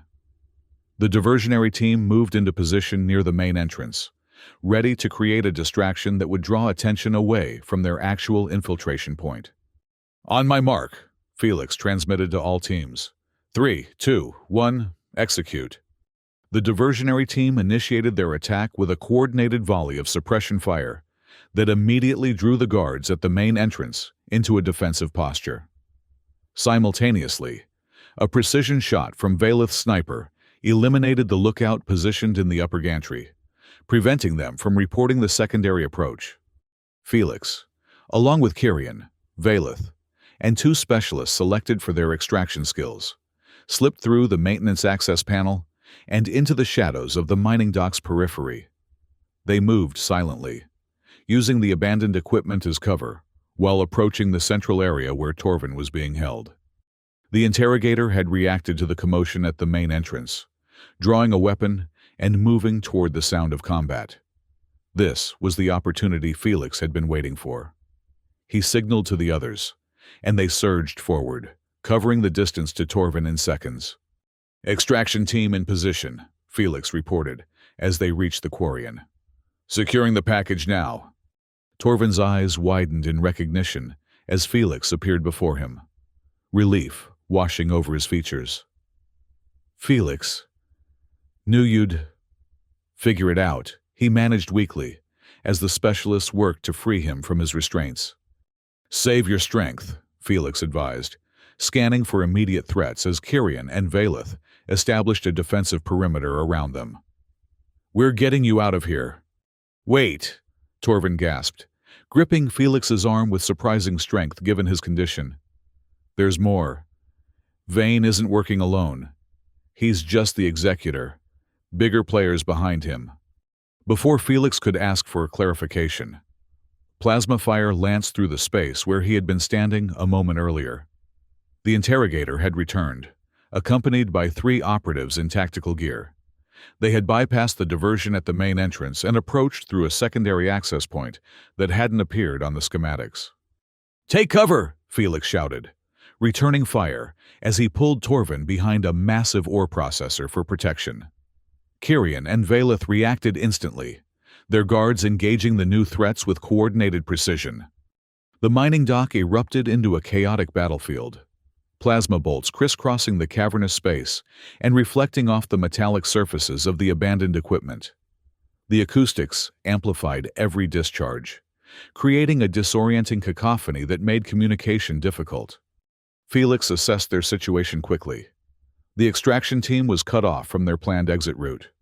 The diversionary force was still engaged at the main entrance, and Torvin was barely conscious, unable to move under his own power.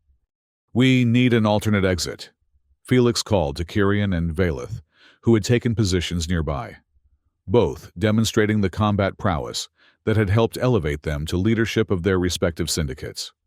"The cargo loading bay," Valeth suggested between precise shots that dropped one of their attackers. "It connects to an external airlock. If we can reach it, we could access the station's outer hull service corridor." "Too exposed," Kyrian countered, her bone blades dripping with fresh ichor from a close-quarters engagement. "The processing tunnel would provide more cover and leads to the lower market district." Felix made a quick decision. "Processing tunnel it is. Kyrian, take point with your guards. Valeth, coordinate with the diversion team to regroup at the tunnel exit. I'll handle Torvin." With their new exit strategy established, they began a fighting retreat toward the processing tunnel, maintaining a defensive formation around Torvin, whom Felix supported with one arm while returning fire with the other. The Quarian was trying to tell him something, his voice barely audible above the combat noise. "The surveillance network," Torvin managed between labored breaths. "Not just for monitoring. Control. Mind control technology. Experimental." Felix's blood ran cold at the implication. If Vane's conspiracy extended to mind control technology, the threat was far greater than they had initially understood. This wasn't just about criminal territories or resource control. It was about fundamental power over sentient beings throughout the sector. They reached the entrance to the processing tunnel, a narrow passage that would force their pursuers into a bottleneck where they could be more easily engaged. Kyrian's guards established a defensive position, while the others moved deeper into the tunnel with Torvin. "Administrator," Felix called over his communicator. "We've secured Torvin and are extracting via the processing tunnel. But there's a new development. Vane's surveillance network apparently incorporates some form of mind control technology." Quillen's response was distorted by interference, but the alarm in their voice was clear even through the vocoder. "This confirms our worst fears. Must prevent activation. At all costs." The communication cut off abruptly, replaced by static. Felix tried to re-establish contact, but without success. Either the tunnel structure was blocking the signal, or something more sinister was interfering with station communications. They continued their retreat through the processing tunnel, the sounds of pursuit growing more distant as Kyrian's guards successfully delayed their attackers. The tunnel eventually opened into a wider chamber, filled with conveyor systems and sorting machinery, all powered down and covered in years of accumulated dust. "We're approaching the Market District access point," Kyrian reported from her position at the front of their group. "But there's a complication. The security door is locked down. Override code required." Felix carefully transferred Torvin to one of Valeth's guards, then moved forward to examine the door. The security panel indicated an emergency lockdown protocol had been activated. something that should only happen during catastrophic station failures. This isn't standard procedure, Felix noted, studying the override requirements. Someone's manipulating the station's security protocols to trap us. Can you bypass it? Valeth asked, her skin patterns displaying concern. Felix considered the panel. With time, yes. But we don't have much of that. He turned to the matriarchs. There's another option. The maintenance shaft we passed about 50 meters back. It's narrow, but it connects to the environmental systems for the market district. We could use it to bypass this door.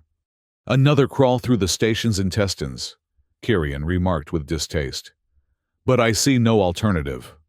They backtracked to the maintenance shaft, a tight vertical tube barely large enough for a human to navigate. Felix went first, climbing the ladder embedded in the shaft wall, and confirming the passage was clear before signaling the others to follow. Torvin would be the greatest challenge. The Quarian was semi-conscious at best, and would need to be essentially carried up the shaft. I'll take him, the Krell security officer volunteered, his species' superior strength, making him the logical choice for the task. With careful maneuvering, they managed to secure Torvin to the Krell's back, allowing him to climb while carrying the injured information broker. The ascent was slow and tense, each of them acutely aware that they were vulnerable in the confined space of the shaft. If Vane's operatives discovered their route, they would be easy targets with nowhere to take cover.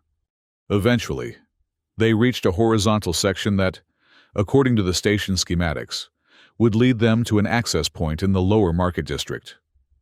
Felix moved ahead to scout, ensuring the path was clear before the others followed. The shaft ended at a maintenance panel that opened into a storage area behind one of the market's many shops, currently closed, judging by the dimmed lighting and lack of activity.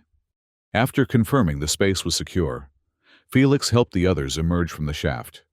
Torvin was looking worse, his skin now almost completely colorless, and his breathing shallow.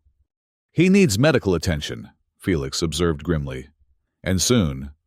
My personal physician is waiting at our safe house, Valeth offered. It's not far from here, in the residential sector adjacent to the market. Can we trust your people? Kyrian asked bluntly. This conspiracy has deep roots. Anyone could be compromised. My inner circle has been with me for decades, Valeth replied with quiet confidence. Their loyalty is beyond question. But I understand your concern. Trust is a luxury none of us can afford at present. Felix made a decision. We go to Valeth's safe house. Torvin needs immediate care, and we need a secure location to plan our next move. Administrator Quillen was trying to tell me something about preventing the activation of the surveillance network before we lost contact. Whatever Vane is planning, it's happening soon. With the Krell officer carrying Torvin, they moved cautiously through the back corridors of the market district, avoiding the main thoroughfares where Vane's operatives might be watching. The lower markets of Nexus Prime were a maze of small shops, food stalls, and entertainment venues catering to the station's permanent residents rather than visitors. The labyrinthine layout provided excellent cover for their movement, allowing them to blend with the locals as they made their way toward the residential sector. Valeth's safe house proved to be an unassuming apartment in a middle-tier residential block, the kind of place that attracted no attention precisely because it was so ordinary. Inside, however, the space was equipped with sophisticated security systems and communication equipment that marked it as anything but standard housing. A Lysian physician was waiting as promised, and immediately took charge of Torvin, moving him to a medical bay concealed behind a false wall. The others established a defensive perimeter, while Felix attempted to re-establish contact with Administrator Quillen. The station's communication systems are being systematically compromised, reported one of Valeth's technical specialists, a human woman with extensive cybernetic enhancements. Someone is inserting override protocols into the main network, taking control of everything from environmental systems to security doors. Vane is consolidating control of the station, Felix concluded. Preparing for something big, The activation of the surveillance network, Kyrian suggested, her golden eyes narrowing. If what Torvin said is true, and it incorporates mind control technology, then everyone on Nexus Prime could be at risk. Valeth finished the thought. Including us. The physician emerged from the medical bay, his skin patterns displaying what Felix had learned to recognize as the Lysian equivalent of grave concern. The Quarian is stabilized, but he suffered severe neural trauma consistent with advanced interrogation techniques. He's conscious and asking to speak with you, Felix, but I cannot guarantee how long he will remain lucid. Felix nodded his thanks and entered the medical bay. Torvin lay on a treatment platform, connected to various monitoring devices that displayed his vital signs in several languages. His color had improved slightly, but the usual vibrancy of his skin was still notably absent. Felix, Torvin greeted him weakly as he approached. You look terrible. Despite everything, Felix found himself smiling at the Quarian's attempt at humor. Speak for yourself. The physician says you've been through quite an ordeal. Nothing compared to what's coming, Torvin replied, his voice strengthening with urgency. The data crystal I gave you, only part of what I discovered. Vane's operation. It's called Project Mindscape. The surveillance network isn't just for watching. It's designed to influence thoughts, behaviors, eventually direct control. Mind control technology, Felix questioned, struggling to accept the implications. That's theoretically impossible with current science. Was impossible, Torvin corrected. Until they recovered artifacts from the Zeta Reticuli ruins. Remnant technology from a civilization that destroyed itself thousands of years ago. Galactic peace has been reverse engineering it in secret. Felix felt a chill run through him. The Zeta Reticuli ruins were infamous, the only known remains of an advanced civilization that had vanished mysteriously at the height of its development. Exploration of the ruins was strictly controlled by international treaty, with all discoveries supposedly documented and shared among signatory worlds. How close are they to activation? Felix asked, already dreading the answer. That's why they accelerated their timeline, Torvin explained, his four hands moving weakly in agitation. The final components are already in place, disguised as routine station upgrades over the past 3 months. The network just needs to be activated from the central control node. Where is this control node? Hidden in plain sight, Torvin replied. The new enhanced communications array installed on the station's central spire. It's supposedly for improving interstellar transmissions, but its real purpose is to serve as the broadcast hub for the Mindscape frequencies. Felix processed this information quickly. When?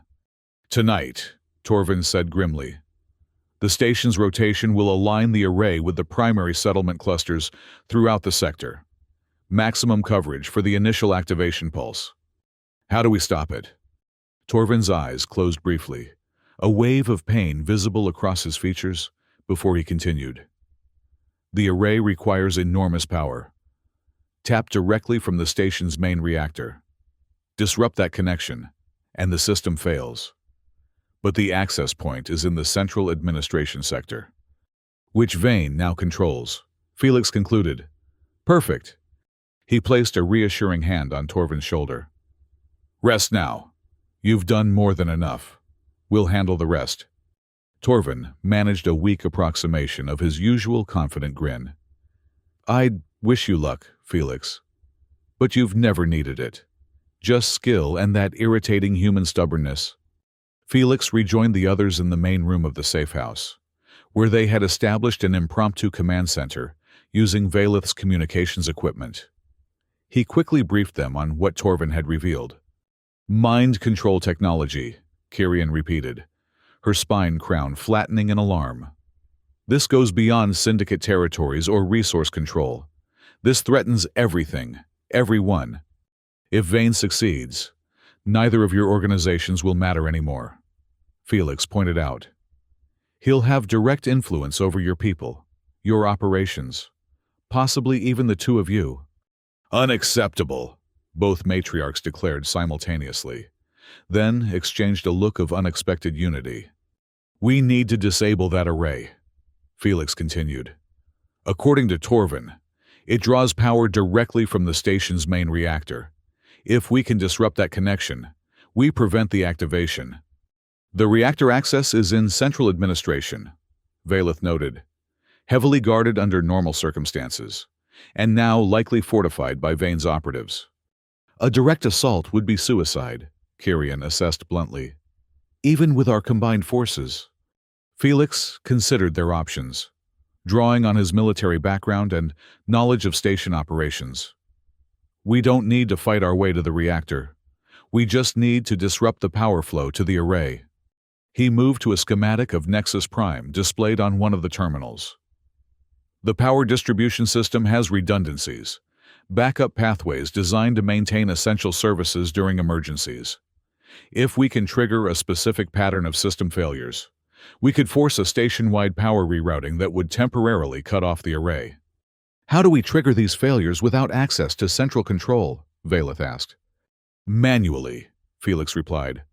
"There are junction boxes throughout the station where physical interventions can force safety protocols to activate. If we target the right ones in the right sequence, we create a cascading failure that the automated systems will interpret as a critical emergency," Kyrian concluded, catching on quickly, "causing it to shut down non-essential systems, including experimental arrays, to preserve life support." "Exactly," Felix confirmed. "We'll need 3 teams, each targeting specific junction boxes in precise coordination." They spent the next hour developing the plan, identifying the critical power junctions that would need to be sabotaged, and planning their approach routes to avoid Vane's patrols. Nexus Prime's power grid was complex, but with the combined knowledge of Valeth's technical specialists and Kyrion's security experts, they identified the vulnerabilities they could exploit. Time was their enemy. According to Torvin's intelligence, they had less than 4 hours until the station's rotation would bring the array into the optimal position for activation. The timing would need to be precise. Their sabotage had to create a power disruption at exactly the right moment to prevent the initial activation pulse. "One final question," Valeth said as they concluded their planning. "What about Vane himself? Even if we prevent the activation tonight, he could simply repair the damage and try again." "She's right," Kyrian agreed. "As long as Vane remains in control of significant station resources, the threat remains." Felix had been considering this problem as well. "The evidence we transmitted will eventually lead to official action against him, but that could take days or even weeks to mobilize.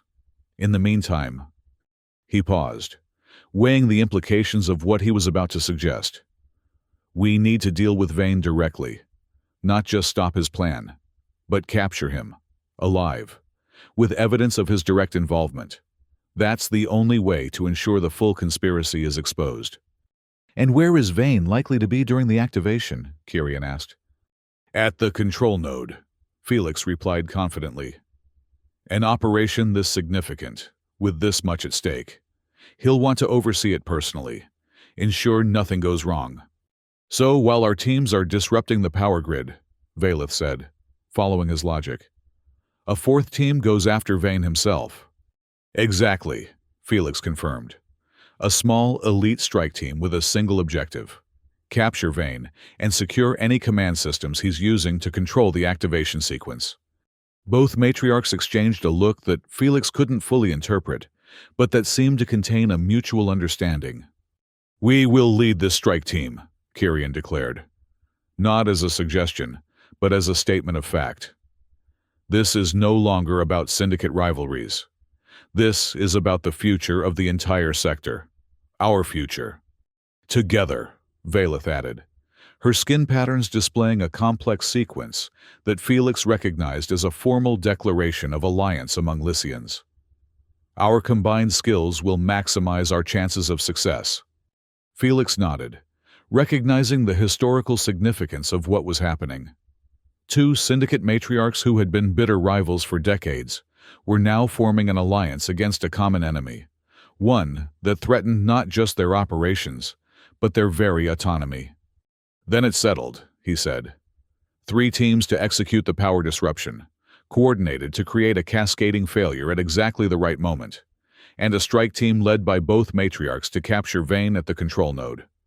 "And you, Deathworlder?" Kyrian asked, her golden eyes studying him intently. "Where will you be?" Felix smiled grimly. "I'll be with you. Someone needs to ensure Vane lives long enough to face justice, and to reveal who's really behind all this." With their plan established, they began final preparations. Weapons were checked and rechecked. Communication protocols established. Approach routes memorized. Felix spent a few minutes with each team, ensuring everyone understood their specific objectives and the crucial timing required for success. As the designated hour approached, Felix returned briefly to the medical bay to check on Torvin. The Quarian was sleeping, his vital signs stable according to the monitoring equipment. The physician assured Felix that with proper treatment, Torvin would eventually make a full recovery, though the neural trauma from the interrogation might leave lasting effects on his memory. "Tell him, when he wakes up," Felix instructed the physician, "that his information made the difference. Whatever happens next, he did his part." With that final task completed, Felix rejoined the matriarchs and their selected elite guards, who would form the strike team. Both Kyrian and Valeth had armed themselves with their preferred weapons, Kyrian with a plasma pistol to complement her natural bone blades, Valeth with an elegant neural disruptor of Lycian design that could incapacitate targets without killing them. "Ready?" Felix asked, meeting the gaze of each matriarch in turn. Both nodded, their expressions resolute. Despite their differences in physiology and temperament, in this moment, they were united by a common purpose that transcended their long-standing rivalry. "Then, let's end this," Felix declared, checking his own weapons one final time. "And remind Deputy Director Vane why it's a bad idea to manipulate people who kill for a living." The 3 power disruption teams departed first, each taking different routes to their designated targets. Felix's strike team would move last, timing their approach to reach the control node just as the power disruption began to take effect. As they prepared to leave the safe house, Administrator Quillen's voice suddenly came through on the secure channel Felix had established, distorted by interference, but unmistakable. "Felix, matriarchs, station systems compromised. Vane has initiated preliminary activation sequence. Timeline accelerated. You have less than an hour before full activation. Cannot stop him through official channels. Good luck." The message cut off abruptly, leaving them with the grim knowledge that their already tight timeline had just become even more critical. Vane must have detected their activities or grown suspicious when the evidence transmission had begun circulating throughout the sector. "We move now," Felix decided, no longer concerned with the original timing. "Signal the disruption teams to begin their approach immediately. We'll adjust the sequence as needed." They left the safe house, moving with purpose through the increasingly deserted corridors of Nexus Prime. Station-wide announcements were directing residents to remain in their quarters for a scheduled security exercise. Vane's cover for clearing the public areas during the activation sequence. The strike team made rapid progress toward the central spire, where the control node was located. Felix led the way, using his knowledge of station layouts to navigate the least monitored routes.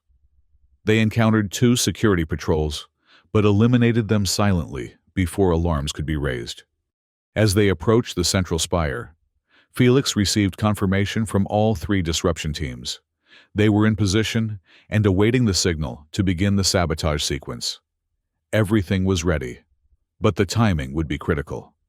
The entrance to the spire was guarded by 4 operatives in Galactic peace uniforms. Though Felix suspected they were part of Vane's personal security detail rather than regular officers. A direct confrontation would alert the control node to their approach, potentially ruining their element of surprise. "There's a maintenance access port on the level below," Felix suggested, indicating an alternative route on his portable schematic. It would bring us up inside the spire, bypassing the exterior guards. They descended to the lower level, locating the access port hidden behind a decorative panel. The security on the port was substantial, but one of Valeth's specialists made quick work of it, bypassing the electronic locks without triggering any alarms. The maintenance shaft within was narrow and utilitarian, clearly designed for service drones rather than organic beings. They ascended in single file, emerging into a utility room just inside the central spire. From here, they could access the upper levels where the control node was located. "Signal the disruption teams," Felix instructed, as they prepared for the final phase of their approach. "Commence sabotage sequence on my mark." He received acknowledgments from all three teams, each poised to create their part of the cascading power failure that would hopefully disrupt the activation of Vane's mind control network. "Mark," Felix transmitted, and immediately the plan was set in motion. The first power junction failed 30 seconds later, triggering alarms throughout the station's engineering sectors. The second followed 20 seconds after that, compounding the system's confusion as it tried to compensate for multiple failures. The third would come 60 seconds later, creating the cascading effect they needed, with the station's security systems distracted by the apparent technical emergency. Felix led the strike team up through the central spire toward the control node. They encountered minimal resistance. Most of the security personnel had been diverted to investigate the power failures. As they reached the level containing the control node, the third power junction failed, and the effects were immediate. Emergency lighting activated throughout the spire as primary systems transferred to backup power. More importantly, non-essential systems began shutting down automatically as the station's AI prioritized life support and critical infrastructure, exactly as they had planned. "We have a window of approximately 3 minutes before they can bypass the safety protocols," Felix informed the matriarchs as they approached the final corridor leading to the control node. After that, Vane could potentially restore power to the array. The corridor ahead was guarded by 2 elite operatives, both wearing advanced combat armor and armed with military-grade weapons. Unlike the previous encounters, these guards were alert and prepared, having likely been warned about the power disruptions. "I'll take the one on the left," Kyrian stated, her bone blades extending in preparation. "The right is mine," Valeth confirmed, her skin pattern shifting to a combat configuration that Felix knew enhanced her reflexes and sensory perception. "On 3, Felix agreed, readying his own weapon. 1, 2, 3. They burst from cover simultaneously, each targeting their designated opponent. The guards reacted with professional speed, but they were facing 3 of the deadliest individuals in the sector. Kyrian reached her target first, her bone blade slicing through a weak point in the guard's armor before he could bring his weapon to bear. Valeth's neural disruptor found its mark a moment later, sending her opponent crumpling to the floor in a heap of short-circuited neural pathways. With the corridor secured, they approached the entrance to the control node, a reinforced door with multiple security measures protecting it. Under normal circumstances, breaching such a door would be nearly impossible without specialized equipment or override codes.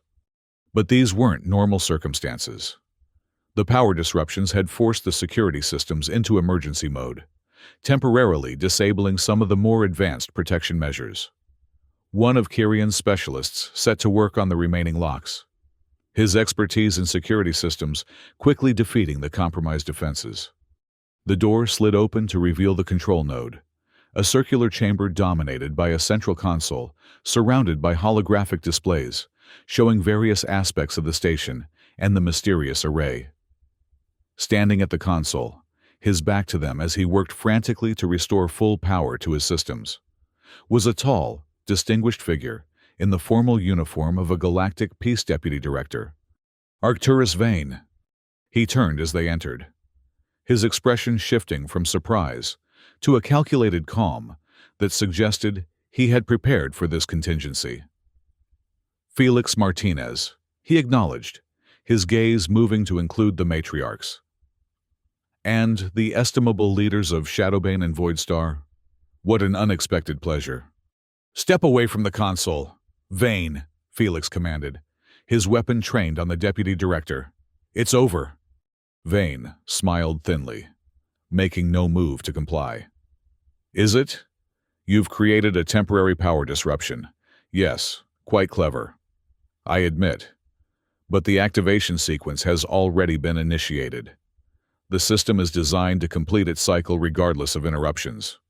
We're not just here to stop the activation, Kyrian declared, her golden eyes burning with controlled fury. We're here for you, Vane, for justice for my people who died in your manufactured conflict, and for attempting to manipulate our organizations into destroying each other, Valeth added, her skin patterns displaying a rarely seen Lycian expression of righteous indignation. Vane's smile widened slightly, taking on a patronizing quality. Your people, Matriarch Kyrian, your organizations, you speak as if you own them, as if they exist to serve your ambitions rather than the other way around. The reality is that you're just another form of parasite feeding on the productivity and resources of this sector. At least we're honest about what we are, Kyrian retorted. We don't hide behind false ideals of peace while plotting to enslave minds. Enslavement is such a crude term. Vane replied dismissively. I prefer to think of it as guided evolution. The Zeta Reticuli understood that true civilization requires unity of purpose, a single guiding consciousness directing the actions of many. They achieved it technologically, where biology had failed them. And they destroyed themselves in the process, Felix pointed out, recalling what little was publicly known about the mysterious extinct civilization. Is that your vision for humanity and the other sentient species? Self-destruction in the name of guided evolution? Vane's expression hardened. The Zeta Reticuli made mistakes in their implementation. We've learned from their errors. Our system incorporates safeguards, limitations on the degree of control. It's not about enslaving minds, but rather guiding them toward more productive, harmonious behaviors. Who's we? Vane, Felix pressed, sensing they were approaching the core of the conspiracy. You're not acting alone in this. Who's really behind Project Mindscape?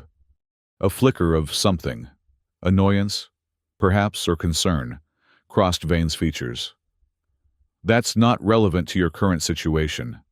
What matters is that you understand the futility of your position. Even if you kill me, the project will continue. The network is already partially active, the preliminary influence patterns establishing themselves throughout the station.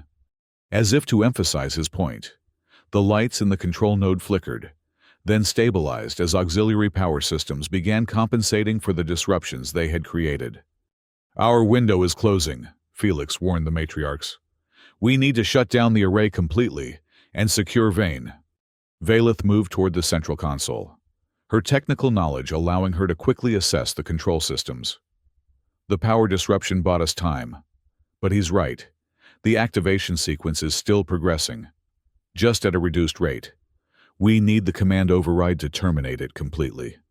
Which only I possess, Vane added smugly. Along with a dead man's switch that will accelerate the sequence to completion if my vital signs cease, or if I'm removed from this room. A precaution against exactly this type of interference. Felix studied Vane carefully, looking for signs of deception. The deputy director appeared confident, but there was a tension in his posture that suggested he might be bluffing, at least partially. You're lying about the dead man's switch, Felix decided, trusting his instincts. A system this complex wouldn't be designed with a failsafe that could potentially damage it. The risk of accidental activation would be too great. Vane's expression tightened almost imperceptibly, enough to confirm Felix's suspicion. Are you willing to gamble the minds of everyone on this station on that assessment, Deathworlder? I'm willing to gamble that you value your own life more than this project, Felix countered, stepping closer with his weapon still trained on Vane. Because right now, Your only bargaining chip is the override code. Without that, you have nothing to keep us from simply killing you and taking our chances with whatever happens next." Kirian's bone blades extended further, emphasizing the threat.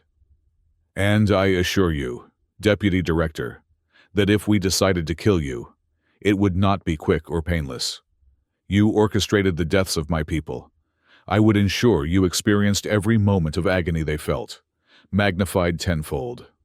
Vane's composure wavered slightly as he assessed the deadly seriousness in Kirian's golden eyes. Even a man of his position and power recognized the threat posed by a vengeful Azuri matriarch. "Perhaps an accommodation could be reached," he suggested, his tone losing some of its previous confidence. "I could provide the override code in exchange for safe passage off Nexus Prime." "Not good enough," Valeth interjected, her skin patterns shifting to a configuration that indicated strategic analysis. "The override code, plus all data on Project Mindscape, plus the identities of everyone involved in its development and implementation." Vane's eyes narrowed. "That would be signing their death warrants. The project has powerful backers who would not hesitate to eliminate anyone who betrayed them.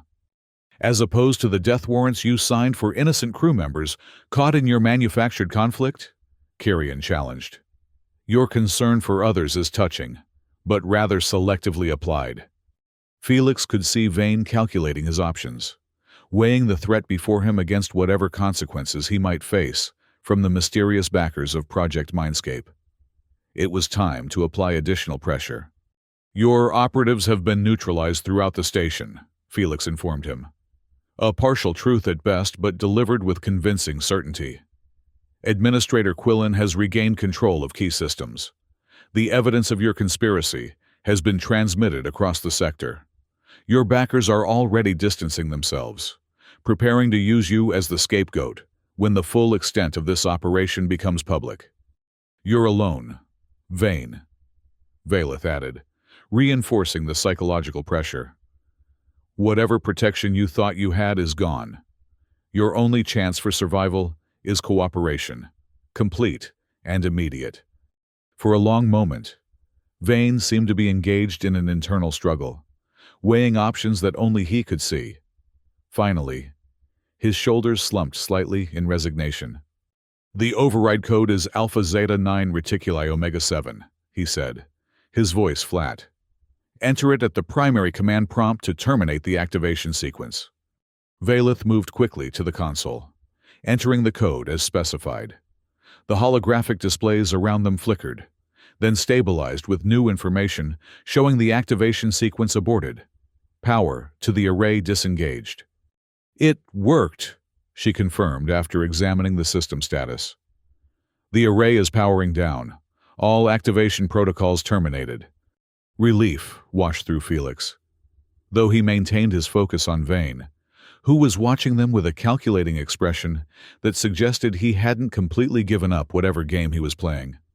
"Now, about those project files and your co-conspirators," Felix prompted, keeping his weapon trained on the Deputy Director. "Those will require secure access to my personal data vault," Vane replied, gesturing toward a secondary console. "I am afraid I can't simply recite that information from memory." Felix exchanged a glance with Kirian, who gave a slight nod indicating she would maintain watch over Vane while he verified this claim. Keeping the Deputy Director covered, Felix moved to examine the indicated console. It appeared genuine, a secure access terminal requiring both physical and biometric authentication. If Vane was telling the truth, this could indeed contain the detailed information they sought about Project Mindscape and its backers. "Access it," Felix instructed, moving aside to allow Vane to approach the terminal while keeping him within striking distance.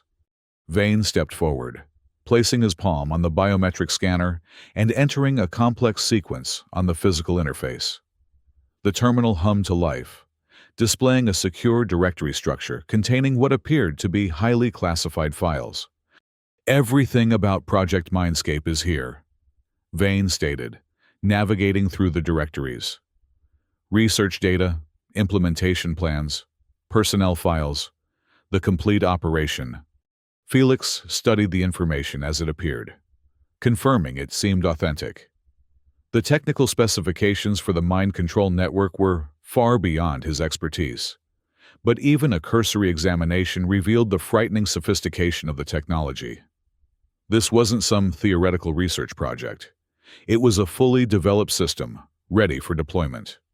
As Vane navigated to a subfolder labeled Administration, Felix noticed a subtle change in the deputy director's posture, a slight tensing that triggered his combat instincts.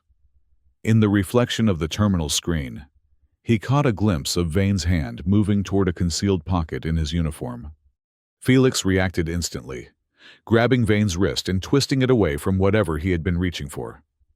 "Check his pocket," he ordered Kyrian, maintaining his grip on the struggling deputy director. Kyrian searched Vane quickly, producing a small device from the indicated pocket, a compact transmitter with a single activation button.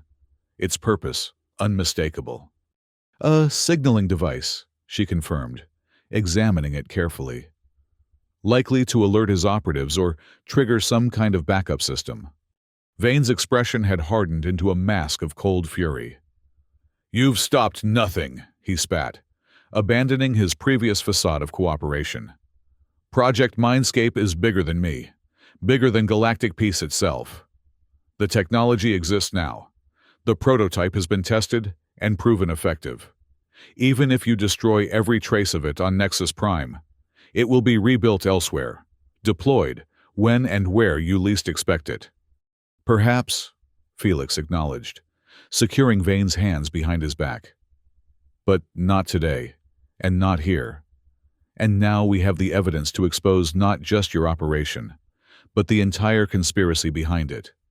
He turned to Valeth, who was already downloading the contents of Vane's data vault to a secure storage device. "How much longer?" "Transfer complete in 30 seconds, she replied, her fingers moving rapidly across the interface. "I'm also implanting a tracer program that will follow any remote connections this system has made, potentially identifying other nodes in their network." As the data transfer completed, Felix's communicator activated with a priority signal from Administrator Quillen. "Felix, the power systems are stabilizing, and we've confirmed the array has been deactivated. Station security is regaining control sector by sector. What's your status?" "We have Vane in custody and have secured detailed files on Project Mindscape," Felix reported. "Request secure escort to your command center for prisoner transfer." "Acknowledged," Quillen replied. "Security team en route to your location." "Well done, all of you." With Vane securely restrained and the critical data preserved, Felix allowed himself a moment to appreciate what they had accomplished. A conspiracy that threatened the autonomy of every sentient being in the sector had been exposed and at least temporarily thwarted. Two longtime rivals had set aside their differences to work together against a common threat. And perhaps most significantly, a pattern of manipulation and deception that might have led to devastating conflict had been revealed before it could reach its full, destructive potential. As Quillen's security team arrived to take custody of Vane, Felix turned to the matriarchs. "What happens now? Between Shadowbane and Voidstar?" Kyrian and Valeth exchanged a look that contained volumes of unspoken communication, the shared understanding of leaders who had glimpsed a larger perspective beyond their immediate interests. "A reconsideration of priorities seems appropriate," Valeth responded carefully.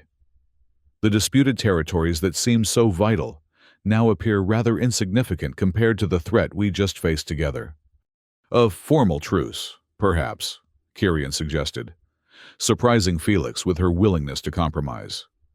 "With clearly defined boundaries and protocols for resolving future disputes without resorting to open conflict." "Negotiated by a neutral third party?" Valeth inquired, her gaze shifting meaningfully to Felix. Felix smiled slightly. "I believe my mediation fees just increased substantially." "Worth every credit if it prevents another manufactured conflict," Kyrian declared, her golden eyes reflecting a newfound respect, not just for Felix, but for her longtime rival as well. As they left the control node, escorting Vane to face justice for his actions, Felix reflected on the unexpected turns his simple mediation job had taken.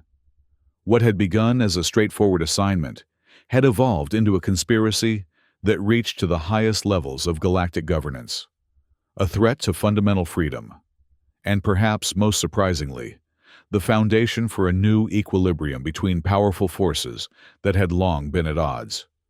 The Deathworlder Mercenary, caught between alien crime queens and galactic chaos, had not only survived, but had helped forge a path towards something resembling peace, however tenuous and however temporary.